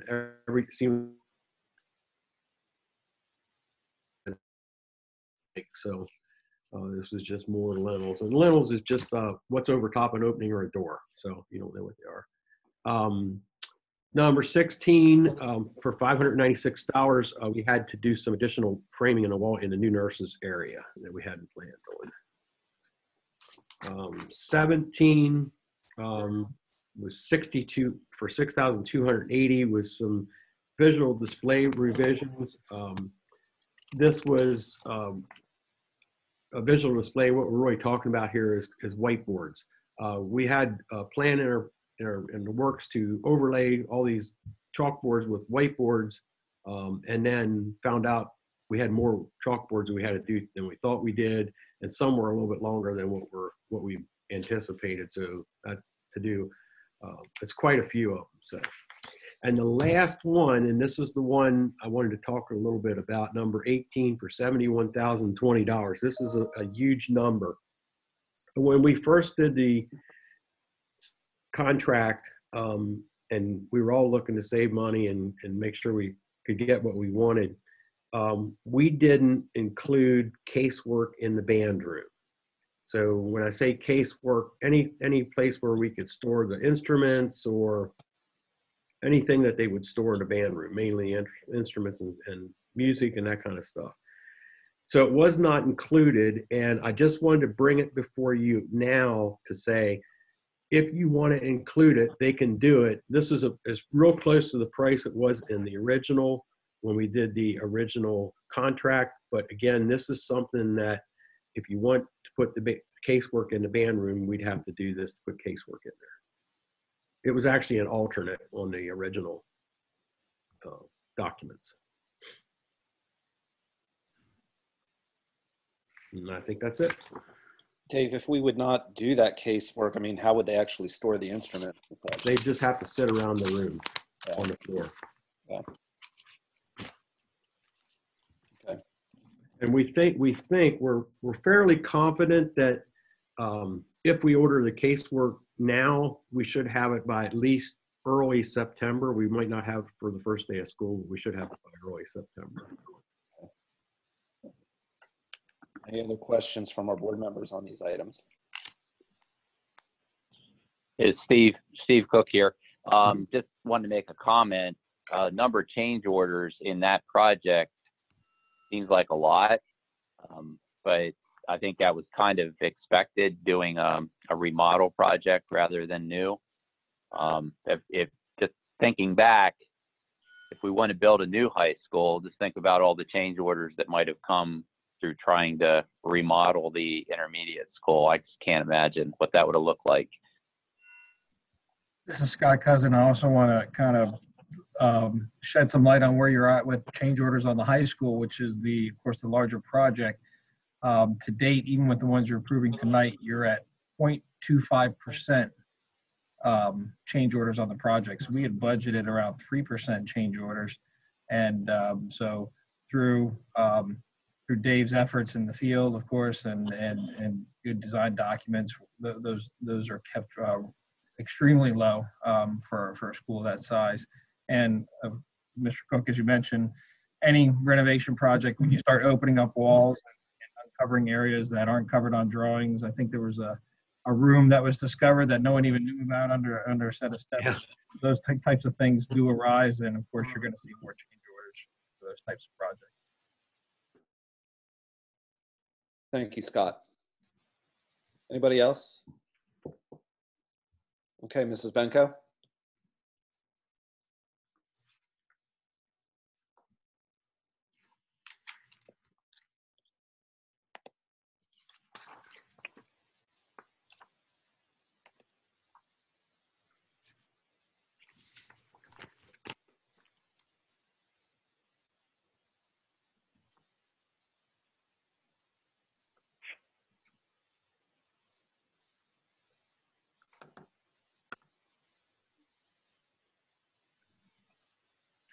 Motion carries 9-0. Thank you. And finally, for this category tonight, I'll entertain a motion to approve Plan Con Part I and Plan Con Part F Attachment C for the supplemental intersection improvements as they relate to the high school project as per the enclosure. So moved, Dennis DeShawn. Rachel Maley, second. Questions or discussions on this? Hearing none, Mrs. Benko.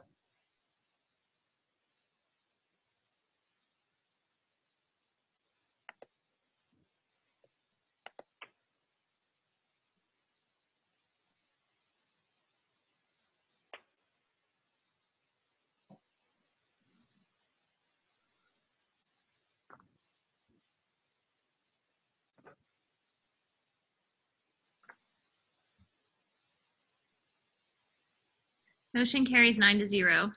Good, thank you. Okay, moving on our agenda, Unity Council, Mrs. Maley. Tracy, I don't know if you were able to attend the meeting. Okay, I actually was not able to attend. I had a family emergency. So I'm going to just kind of read over the minutes here that Nicole had provided. And, you know, just kind of skim over what they talked about. So it looks like they welcomed some new members, which is great. We're always looking to add new members to the Unity Council. Anybody who wants to be involved can be involved. They talked about the University of Pittsburgh Diversity Forum, which that is something actually that I have signed up to hopefully participate in somewhat, be able to listen in on some of the sessions that they have. But it's, you know, they're going to outline key concepts for social justice education and how to implement inclusive policies and practices. So it sounds like it'll be filled with a lot of information. So I'm hoping to be able to take part in some of that.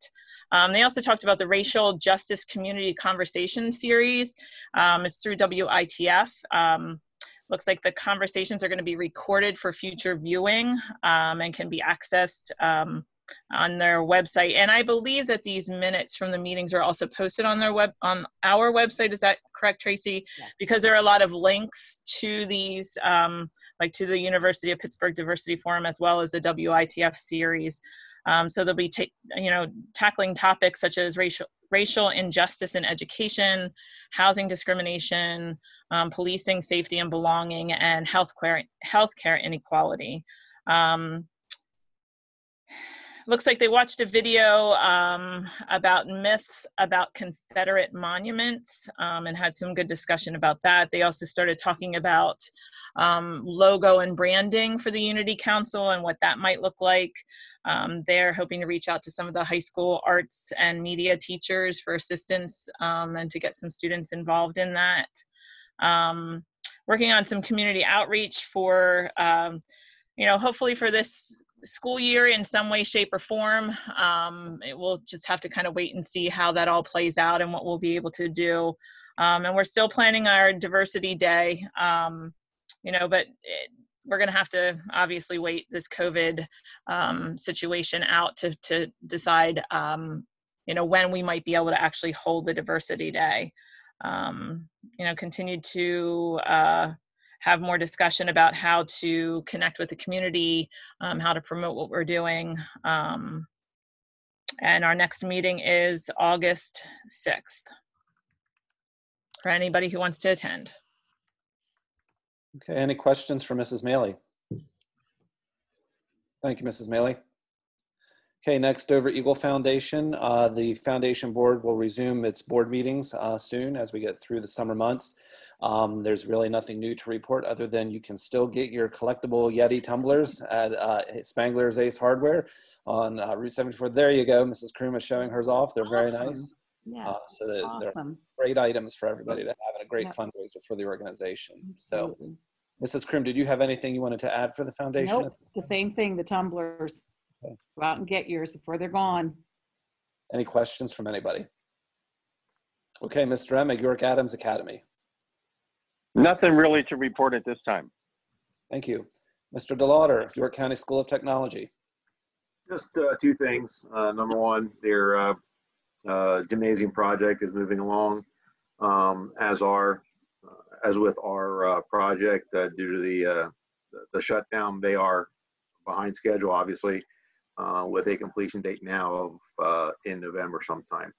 At last report that we had received, they were just getting ready to start setting the roof steel to the building. So again, they are moving along.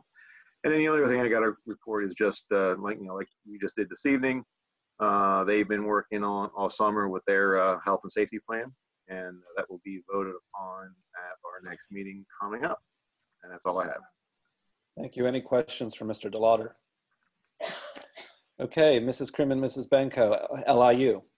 Nothing to report tonight. Mr. Rawhauser, Legislative or York Learning Center. No report. Mrs. Brinton, PSBA. Basically, PSBA just continues to let everybody know that we as members and school board members can access any kind of resources from PSBA to help in as we move forward in the reopening of the school district, and just continue to access their information if we have any questions. They're there to answer any questions. Other than that, there's nothing going on that they're advocating for specifically in Harrisburg. It's summer break, so taking a break from policy and advocacy right now. Okay, thank you. Any questions for Mrs. Brinton?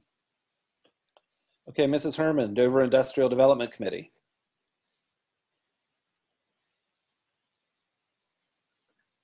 I Mrs. had her Herman? muted. Sorry, I had her muted. Oh, sorry. No report. Okay. Mrs. Kroom, Superintendent's report. Nothing else tonight, just except I do want to thank you for approving the health and safety plans. They did take a lot of work, and we have a lot of wonderful, wonderful people who have put their time in, and I really do want to shout out to that. There is a group of teachers who have worked all summer on the blended instruction plan, and they are rolling out some amazing things for our teachers to use next year, and I think parents are going to be really pleasantly surprised at how well we do. How well we balance the blended instruction with the in-class, because I think the teachers are going to do a great job. So just want to thank you for approving that. Mrs. Kroom, could you, just for the public's awareness, just sort of give a little highlight on your weekly Kroom Zooms and what you're doing out there and how those are going and how the staff is engaged this summer? So beginning of July, we started every Tuesday at 2 o'clock is the Kroom Zoom. And I Zoom with whatever staff member wants to Zoom with us. And we've had anywhere between 90 and 135, I think, staff members. The first week, I presented this plan that I presented to you tonight. They got the preview, which just the highlights, and kind of shared and took their questions and got some of their thoughts. Last week, we rolled out the blended instruction plan, and the group of teachers who have been working on it rolled out what their professional development can look like and all kinds of things that teachers can do this summer to get ready for blended instruction. Each session is set up with some information and then questions. And then today was just kind of some quick updates about some of the things that have happened with PDE in the last week and just whatever questions they have. I record them and then I send them back out to the teachers and for people to watch if they want to watch afterwards. Then after my Kroom Zoom on Tuesday, every principal has their own building level Zoom with their staff on Wednesday at 3. So the goal at this point is to communicate as much as possible right now with the staff. For the summer, we're trying to communicate with the staff just to get them really ready for this school year and how different it's going to look. And we're following a similar plan very shortly with parents and families. But we didn't want to do that until this plan was approved. So now that it is, tomorrow I'm sending out a video to families and an email with the gist of a lot of this information. Principals are going to follow up, and every week parents are going to get updates. So we're trying to over communicate, and our hope is that the more we communicate, the more people feel a little more at ease, because parents are scared about the fall, and we have staff members who are very nervous about it, what it looks like, and I don't blame them. So our goal is to make it a little bit easier for them to go into the school year. And my two messages are always hold tight, because tomorrow something else will change. So don't get married to it. But also the fact that if we just kind of stick together and are kind to each other and we forgive each other, because we're going to mess up, we'll be fine and we'll get through this together. So I think it's helping, and I think teachers and hopefully soon parents, will really understand our plans. There's just so many little details and big details that it's hard to digest. It's just hard to digest in one sitting. So I think by the time we get to August, we'll be in a really good place for this. Thank you. You're welcome.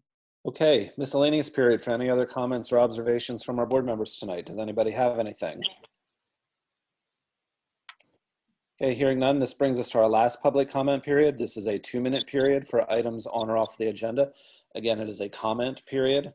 So Mr. Perkins, if you have anybody raising their hands that they'd like to make a comment, now would be the time to do so. Yes, if you're interested in speaking, please raise your hand. Mr. Eifert, I am not seeing anybody raising their hand. Okay, thank you. Future meetings. We do have our next meeting scheduled for Tuesday, August 18th, 2020 at 7 p.m. As of today, we are planning to host this in the Dover Elementary cafeteria. Of course, under the regulations that we're facing right now, the guidelines, I should say, from the governor, we can't do that, but hopefully things will change by then and we can be in person for that meeting. Board committee meetings will resume in August. So Thursday, August 20th at 6 p.m., we will begin our committee meetings. More information to come on that and how they will be handled. And then our board planning meeting will be Thursday, August 20th as well at 7 p.m. Again, hopefully in the Dover Elementary cafeteria. So with that, if there's no other business from our board members, I will entertain a motion to adjourn. So moved, Dennis DeShow. All in Rachel favor? Maley. Oh, sorry. All in favor, aye? Aye. Opposed? We are adjourned. Thank you, everybody. Bye, everybody. Have a great night. Bye. Thanks, everybody. Thank you.